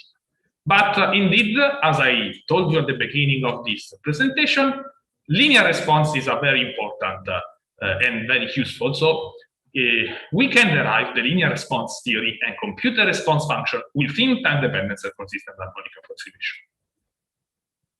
This is done quite easily. Simply, we replace the density matrix, that is the full dynamical density matrix, to the equilibrium one, plus a small perturbation, and we linearize the von Neumann equation. This is very similar to what we do usually also in time-dependent density functional theory, time-dependent Fock, and all this time-dependent self-consistent theory. And here we have a term that is the free evolution, which is composed by two terms. This term here is a free evolution according to the self-consistent harmonic Hamiltonian with the equilibrium density, plus another term that takes into account the fact that Hamiltonian itself depends self-consistently on the density. Okay, so we have harmonic evolution plus something that is non-harmonic. Okay, and indeed the solution of the equation is very similar to time-dependent DFT. We have a Green function here, plus the perturbation applied to the ground state density matrix. So for those of you who are familiar with time-dependent DFT, this is very similar. Okay, and we can, to get an idea of which processes, which anharmonic processes we are accounting with this theory, we can derive the one Phonon Green function, which is the Green function of phonons, is that if we apply a perturbation, a dynamical perturbation on an atom, displacing an atom in position B, for example, and we look at another atom inside the system in position A on how it moves, this is correlation, this response function here is the one Phonon Green function. And in the framework of time-dependent SHA, we can prove that this is equivalent to a particular diagrammatic expansion, where these straight filled lines are is the interactive Green function of time-dependent self-consistent harmonic approximation, while the dashed lines here are the Green function obtained, the harmonic-like Green function obtained with the self-consistent harmonic Hamiltonian with the equilibrium probability distribution.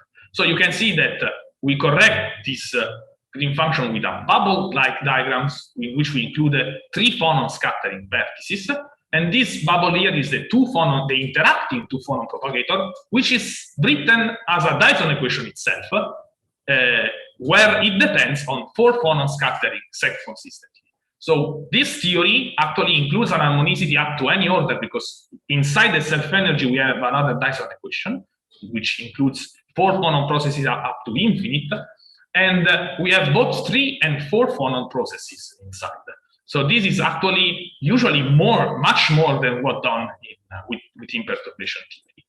And however, if you look at the equations, it seems that they are very difficult to calculate, because in practice, to compute green function, we need to invert the propagator. But if you look at this propagator here, you can write it as a dense matrix n squared times n squared, where n is the number of atoms in your simulation cell that can be hundreds or thousands also. And you immediately see that inverting a dense matrix of this big requires an order of n to the 6 operation, which is a computational cost almost closer to couple cluster theory. So, I mean, it seems useless. And you need to do this inversion for each value of the frequency. This is the cost of computing that diagrammatic expansion with perturbation theory. However, likely, since this is a self-consistent theory, the application of this linear operator, dense big operator, can be written in a much more compact way, because it actually is a self-consistent nonlinear operator, which is much smaller. And so the actual application of L to a vector costs n squared. So this means that we can use sparse linear algebra to compute the response function. And in particular, we can use an algorithm in which we are inspired from time-dependent DFT, that is the Lanczos algorithm to compute the response function. This is inspired, as I told you, to what done in time-dependent DFT, for example, in the turbo-Lanczos approach. Maybe some of you are familiar with it. And so what this algorithm does is to find a basis in which this propagator, the free propagator, can be written in a three-diagonal form. And if we can find this basis, then computing the inversion, computing the response function is very easy, because we can write as a continued function of this parameter. So as you see, each new iteration of the algorithm, which means adding a line on this matrix, correspond to a new pole of this continuous fraction. So each time we do an iteration, we apply a new pole until we converge. I will show you a simple movie of this on high pressure hydrogen. This is the green function as a function of, this is the Raman spectrum, the full Raman spectrum response function of high pressure hydrogen at 250 GPa and 0 Kelvin as a function of the number of steps of the Lanczos algorithm. As you can see, at the beginning, it's very ugly, but as the number of steps increase, the system starts getting something really nice and very similar to what we can get to an experiment. And this is the full anharmonic spectrum of high pressure hydrogen. And as you can see, we have a strongly non-Lorentzian shape of this vibron peak here. And you can reproduce systems with a lot of anharmonicity, include temperature effect, and so on. And just to do a comparison, this is what you would get with the harmonic forms. So as you can see already from here, it's really the effect of anharmonicity in this system is extreme. This is comparison with experimental data, which is quite good, and the slightly different with the theory is due to the exchange correlation, because this has been all computed with using for a full ab-initio treatment of electrons. So this is DFT plus time-dependent shuffle nuclei. And the cool thing is that you can do simulation of systems with hundreds of atoms with full ab-initio treatment of electrons and a complete also quantum treatment of nuclei. So to conclude my presentation, the time-dependent self-consistent harmonic approximation is a theory to study nuclear quantum dynamics, which can be applied in systems in which the harmonicity is very strong, in which perturbation theory fails, and in systems where quantum fluctuations are very important, that are usually systems with light atoms, for example, hydrogen or hydrates, or a lot of also water and ice. And the computation of the linear response is really very efficient. It's so efficient that actually is cheaper than ab-initio molecular dynamics. So you get quantum effects in your spectra with the same computation cost, or even cheaper than ab-initio molecular dynamics. And to conclude, I would say that the code is available, is open source to do this kind of calculation. You can download at www.sstha.eu. Actually, the website is currently under construction, so we are uploading everything, and probably the code will be available before the end of the week or early next week. But so stay tuned and check out our website so that you can do this, apply this in your own simulation. Thanks for the attention. Thank you very much. We have time for a few questions. So I can see one question from a participant. This is Sayed Wahid Hosseini. Okay, I can see it. It's about spin-orbit coupling.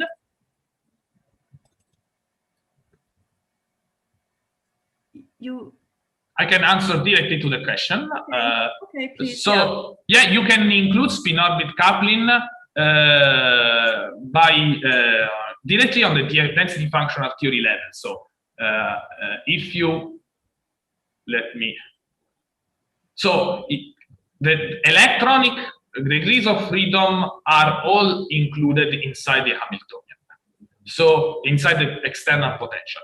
So everything that comes from electronic degrees of freedom can be accounted with the level of theory on which you treat electrons. What you actually need to do this kind of calculation is a program, let's say, that you give an atomic position, an atomic configuration, and it gives you total energy and forces. So if the level of theory you use to compute the energies and forces includes spin-orbit coupling, then you will include effect of spin-orbit coupling in your calculation within a Born-Oppenheimer approximation. Okay, we have two more questions popping up. One from Yedu. Allora, the computational cost of time dependence and consistency harmonic approximation is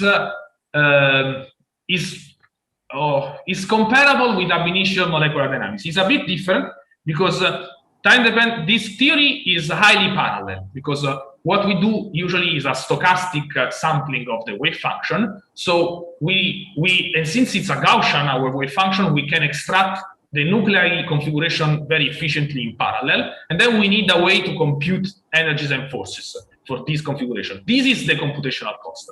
And these energies and forces, the number of calculations you need to do is more or less the same of ab-initio molecular dynamics. The difference is that since you have all together, you can trivially parallelize them. And indeed, it is. I answer also to the next question because it's very simple. As I told you, we can replace the wave function with the density matrix.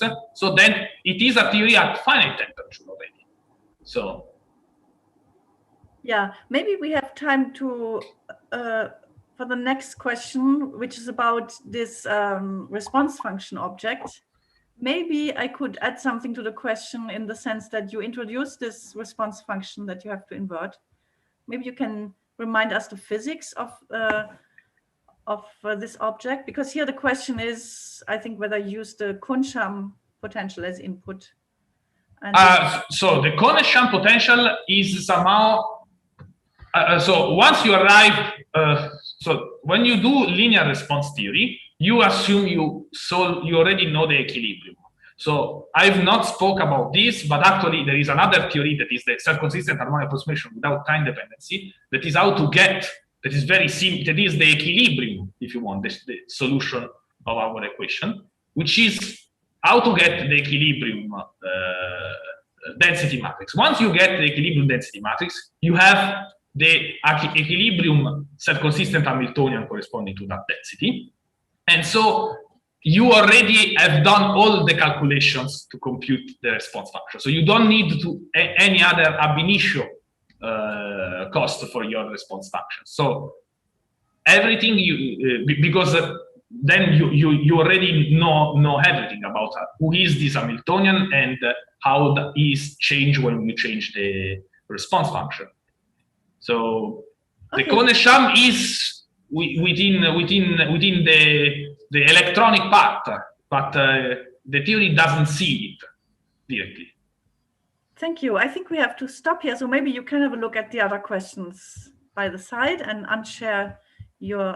Okay. Thank you very much again. And we will move to the last talk now. This is Massimiliano Stengel.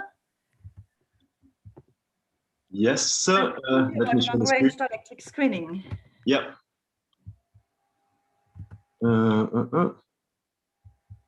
Okay.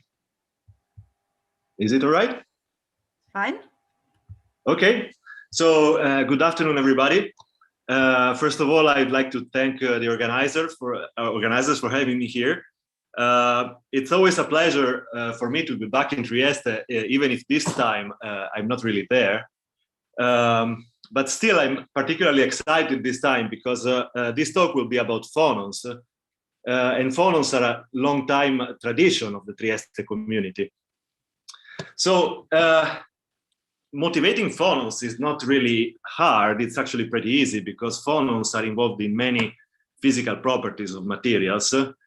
Phonon frequencies are important for structural characterizations. Then they give information about lattice instabilities through imaginary frequencies that appear in the calculated phonon spectrum, as you can see here in the example. And then they can be integrated over the Brillouin zone to get thermal properties of crystals. Another important aspect of phonons is electron-phonon couplings, which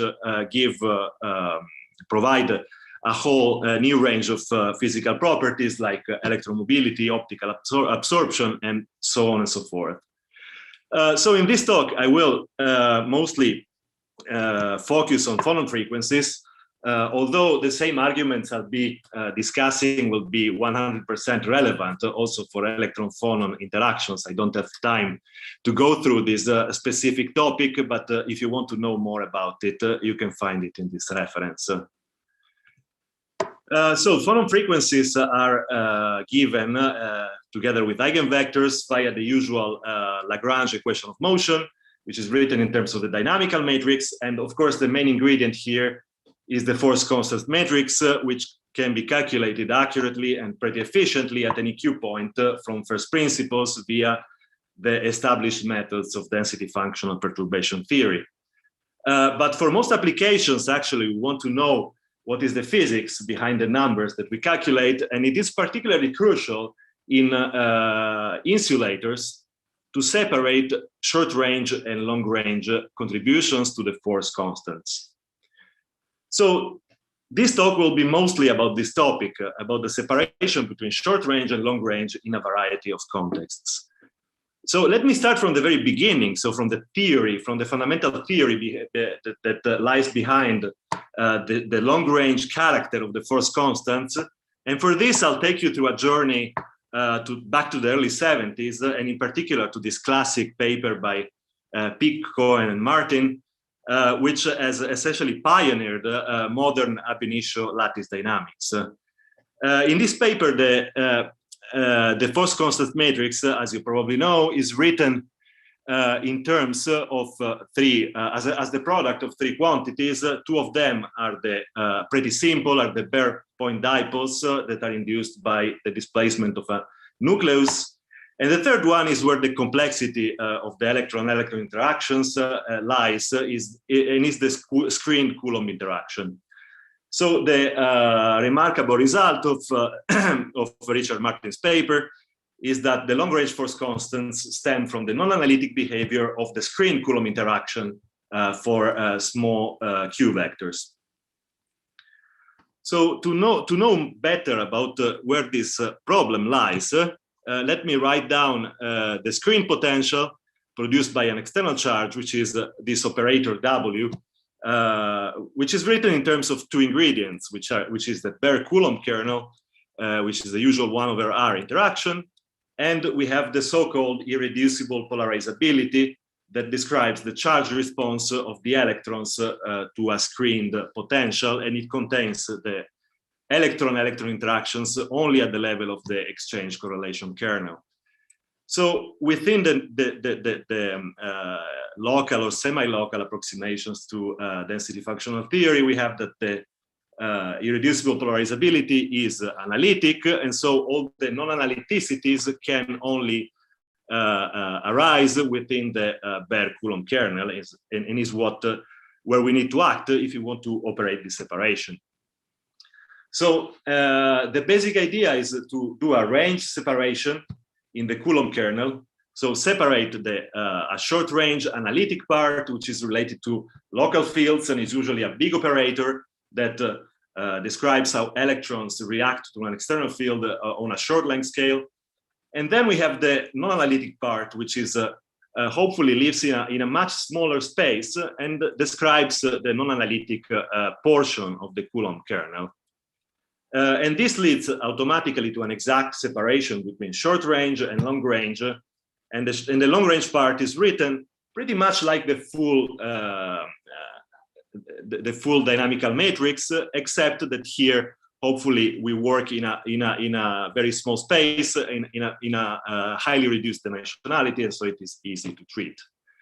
The material-dependent properties that enter this formula can easily be calculated. In this case, are analytic function of Q and are second derivatives of the total energy with respect to scalar potential or phonons, and can be readily calculated within density functional perturbation theory.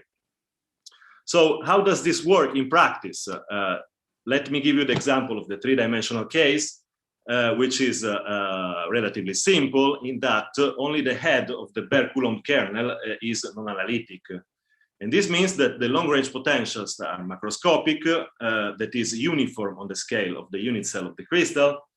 And the long-range electrostatics is governed by analytic scalar functions of Q, which are the charge written in terms of the Born dynamical charges at the lowest order. And then we have the susceptibility chi, which is depends on the macroscopic dielectric susceptibility of the crystal. And so by combining all these ingredients in the formula I showed you in the previous slide, we get to the very well-known dipole-dipole formula, which is first established by Cochrane and Coley. And then this was the demonstration essentially by Richard Martin. And this governs the interactions between dipoles, the dipole-dipole interaction, which scales as the inverse third power of the distance between atoms. So we try to see actually what happens. This is only the leading order in the long-range interactions. So it is reasonable to wonder what happens if we extend this order by adding higher order multiples. And this is what we did in a recent work, where we considered the next lowest order, which is given by dynamical quadruples and gives an interaction that decays as the inverse fourth power of the distance. Why do we consider this? Well, the first reason is that we know how to calculate quadruples, so why not check how they do in calculations? And the second, perhaps more fundamental reason is that quadruples are related to piezoelectricity. And actually, this is another classic paper by Richard Martin, where he wrote the clamped ion piezoelectric tensor as the sublattice sum of the dynamical quadruples that now, how many years later, maybe 50 years later, we know how to calculate. Well, so given this relationship, one would expect that dynamical quadruples are important, maybe important in the interpolation in piezoelectrics. So to check this idea, we looked at rhombohedral barium titanate. Barium titanate is a perovskite. In this case, we consider the ground state ferroelectric configuration where the polarization is along 111. And here on the left, you see the calculated Phonon band structure. The red dashed lines refer to the calculation performed just with the dipole-dipole formula, and the black lines refer to our higher order formula, including dynamical quadruples. And at first sight, the result is pretty disappointing because you can see that the two curves do not, well, they match pretty closely across the whole Brillouin zone, except for a small region that I want to point your attention to here, which are the acoustic phonon bands near the gamma point. And with the standard dipole-dipole interpolation, we get a persistent imaginary frequencies in the transverse acoustic band close to gamma, while these frequencies completely disappear. This is an artifact, actually, that stems from the fact that the electrostatics associated with the acoustic phonons is not described correctly unless you take quadruples into account. So after this long introduction about the three-dimensional case, let me move to the main topic of this talk, which is, can we do the same in 2 dimensions? So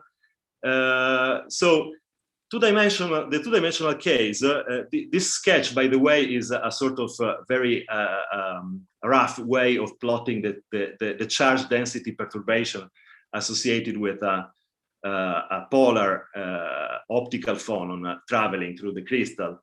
So in the three-dimensional case, the fields are only modulated along the longitudinal direction because I have full crystal periodicity in the planes that are perpendicular to Q. While in 2D, the problem looks much more complicated because we have an extreme anisotropy in the sense that the crystal is extended in plane, but is microscopic out of plane. And any polar phonon generates strongly non-uniform fields that propagate in vacuum for a distance that goes like the inverse of Q. There are pretty convincing first principles. So this study by Francesco Mauri and co-workers has solved this problem of capturing these fields and understanding how they influence long-range interactions between atoms. But this understanding was based on two-dimensional dielectric models, and we want to do actually something that is more comparable to what Richard Martin did for the 3D solids, so derive these interactions for a fundamental theory. So let's start from the beginning. What are these problems? How these problems manifest themselves if I calculate phonons in a 3D code? So let's take an isolated hexagonal boron nitride layer in a vacuum supercell with a length L, which is treated a convergence parameter as usual. And let me simulate an optical phonon of this type propagating along some Q vector in plane. And so this is the dispersion, the red curve is the dispersion given by the 3D code, which, as you see, departs quite strongly in a region close to gamma from the real curves, which are associated to the isolated layers suspended in an infinite vacuum.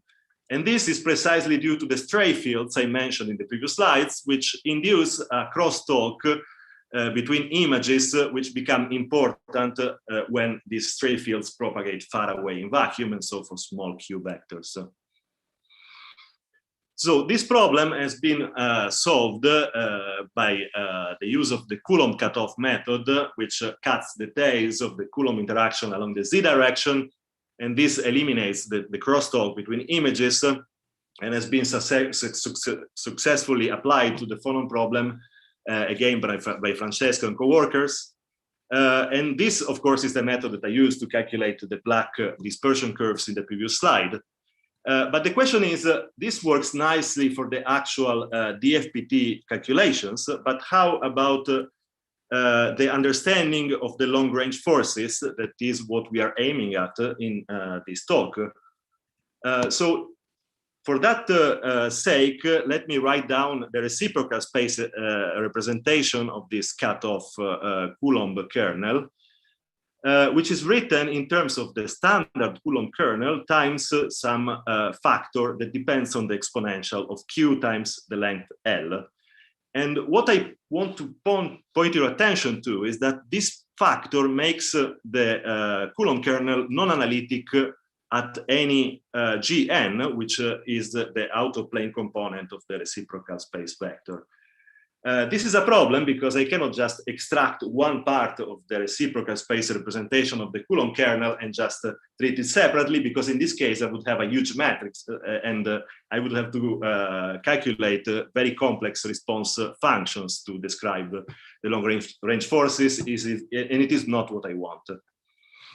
So we use a trick to work around this problem, and the trick is to write the short-range Coulomb kernel as by using the image charge method. So we take the original charge and we construct a vertical array of image charges with alternating sign. And this is short-ranged because if you look at a column of neutral charges seen from a distance, this has no charge at all. And so this is a representation of the short-range part of the kernel, and we call the long-range part the remainder. What is this short-range part sounds a bit exotic, but you can see that it corresponds exactly to a phonon calculated in a three-dimensional code, but just at the zone boundary along the vacuum direction. And in fact, the fact that you calculate at the zone boundary introduces a 180 degrees phase shift between images, which is exactly consistent with the alternating sign. We don't get quite the correct curves yet, but this discrepancy is now pretty small, and this is how we define the long-range part of the Coulomb kernel as the difference between these two curves. So we can derive analytically this long-range Coulomb kernel, and it is written as in this formula, where we have various ingredients. We have the phi is a 2D, the 2D version of the scalar potential perturbation, which is now non-uniform, is mediated by hyperbolic cosine functions. We have some range separation function, which is a sort of Ewald filter. And then we have the usual small momentum behavior of the 2D Coulomb kernel. So what the important thing about this slide is that the long-range electrostatics becomes a 2D problem that involves only 2x2 dielectric matrices, which is this matrix here. So it is only marginally more complicated than the problem in 3D, where we had scalar functions. Why hyperbolic functions? Well, you can take the expansion of hyperbolic functions in a vicinity of q equals 0, and you see that the cosine, the hyperbolic cosine, is inversion even, so it mediates interactions between multiples that are even with respect to a reflection with respect to the z equals 0 plane, and the opposite is true for the hyperbolic sine. And the interesting thing is that unless the material breaks inversion symmetry, we don't have any crosstalk between these two subsystems. And so we have two components of the multiples at any order. So this is the exact formula with in the mirror symmetry case. As I said, we have two components, inversion even and inversion odd. The inversion even part is consistent at lowest order with earlier models, and the inversion odd terms are new and describe the interaction between out-of-plane dipoles, which was missing in earlier theories. We have some other features, like the introduction of dynamical quadruples, but let me point out that this is an exact formula, which is, we can push its expansion up to an arbitrary order in the multipolar expansion. In the present work, we stopped at the dynamical quadruple level. So regarding the results, this is what we get for boron nitride for the same mode as before. We don't get qualitative, huge qualitative improvements over the state of the art, which is the work by Soye et al. We get a slight improvement due to screening, and the quadruples are surprisingly ineffective at correcting the phonon frequencies. In practice, they are only relevant for the off-diagonal elements. So what we get actually is maybe the original result, which is a linear dispersion for the ZO phonon branch, which is not captured if you don't take these out-of-plane electrostatics into account. So I'm already over time. I leave you the summary for you to read, and I thank you for your attention. Thank you very much. You are actually almost perfectly on time. And we have a question concerning the origin of the sharp phonon kink at the gamma point. Maybe you can just say a word about the physics of this sharp kink. Do you mean in the longitudinal branches like this one, or in the ZO phonon? Which no, phonon? My question is the question of Syed Waid Hosseini. Yeah. And I guess it refers to the earlier slide, but yeah. Okay. So this kink is due to the fact that longitudinal phonons carry some macroscopic fields. So in 3D, you have an analytic behavior, non-analytic behavior at Q equals 0 that gives you an LOTO splitting. But in 2D, you don't have the electrostatics is weaker, so you don't have an LOTO splitting, but instead you have a linear dispersion of the longitudinal phonon approaching gamma. And this is this was a result that was known earlier. Okay, we have a new question also from Maud Obaidurrahman, who maybe wants to explain the question his or herself.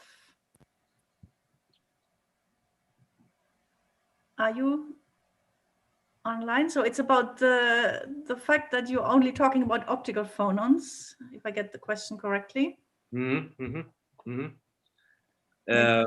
So you want to know about the question is about the acoustic branches. So I actually talked about the acoustic branches in the context of the Bock barium titanate, rhombohedral barium titanate, a 3D solid.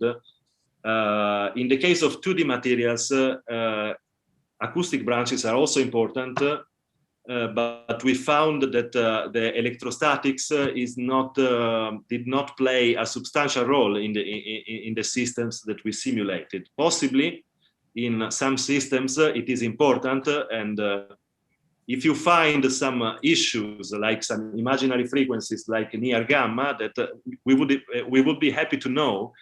Because it might be a candidate for our higher order interpolation method. I think to have ample time for the poster discussions, we should stop here. There's one more question in the chat that maybe you can answer directly. And thank you very much again. I thank you all the speakers of the session. I wonder whether the organizers want to say something now. Yeah, Lucia, thanks. So I think that I should add, so I'm Francesco Mauri, and so I would like just to thank everybody, and then we'll go in detail of the thanks later. When we were thinking to postpone by 2 years this meeting because of the COVID crisis. At the end, also thanks to, I think also Nicola, I think was very enthusiastic in trying this kind of online conference. And our worry was to involve the people, because I think the total energy, besides being a conference, is a moment where the community meets, showing the advances and in a community manner. And so doing trying to reproduce with this online conference such a community participation, we decided to open a call for a contributed talk and poster. And I think the response surprised us. We have many very good offers, and we managed to do a very nice program out of your proposition. So I think the experience, I mean, could be improved, but I think was pretty positive. And I think we should take this as also a message for the, I hopefully, physical conference in a couple of years, that perhaps adding also some contributed talks to the invited talks. So I would like to finish thanking all of you. So I start thanking the participants. So we have over 1,000 applications, more or less 700 people connected. So much more than usually the total energy. We have 250 people in physically present. So the participation was very large for many also countries. We have many from India, for example. And so we thank the people that offer for contributed talks and for poster, the key speakers. I would like to thank also the ICTP organization. I think Nicola will tell something more on that part.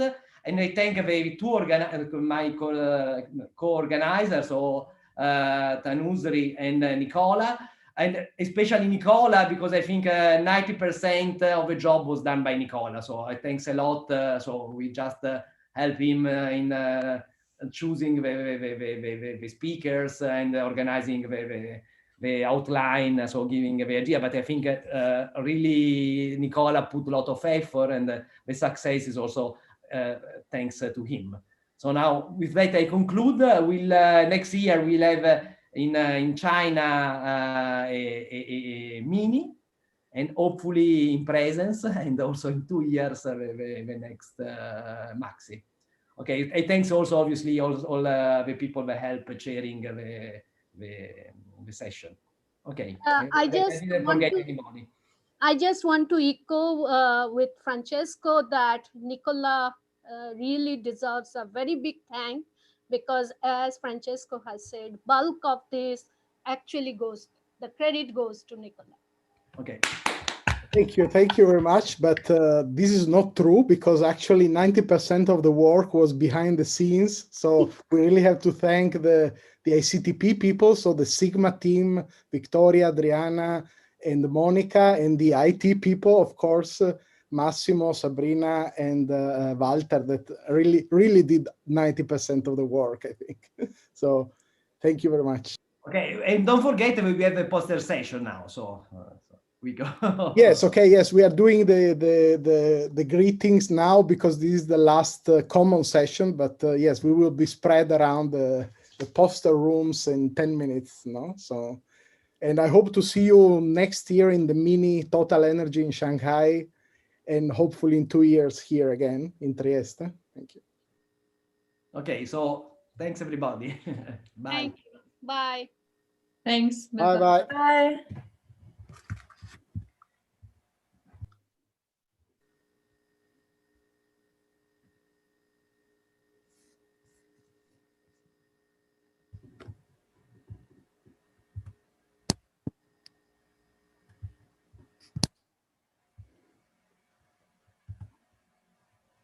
This was very nice. Yes, I still find it a pity there was little time for discussion, but yeah, the discussion time is short, but well, I mean, one has to learn, right? yes, We have to it was learn still from that. nice, and to see how, I mean, nice physics going on in the, I mean. And honestly, even when we have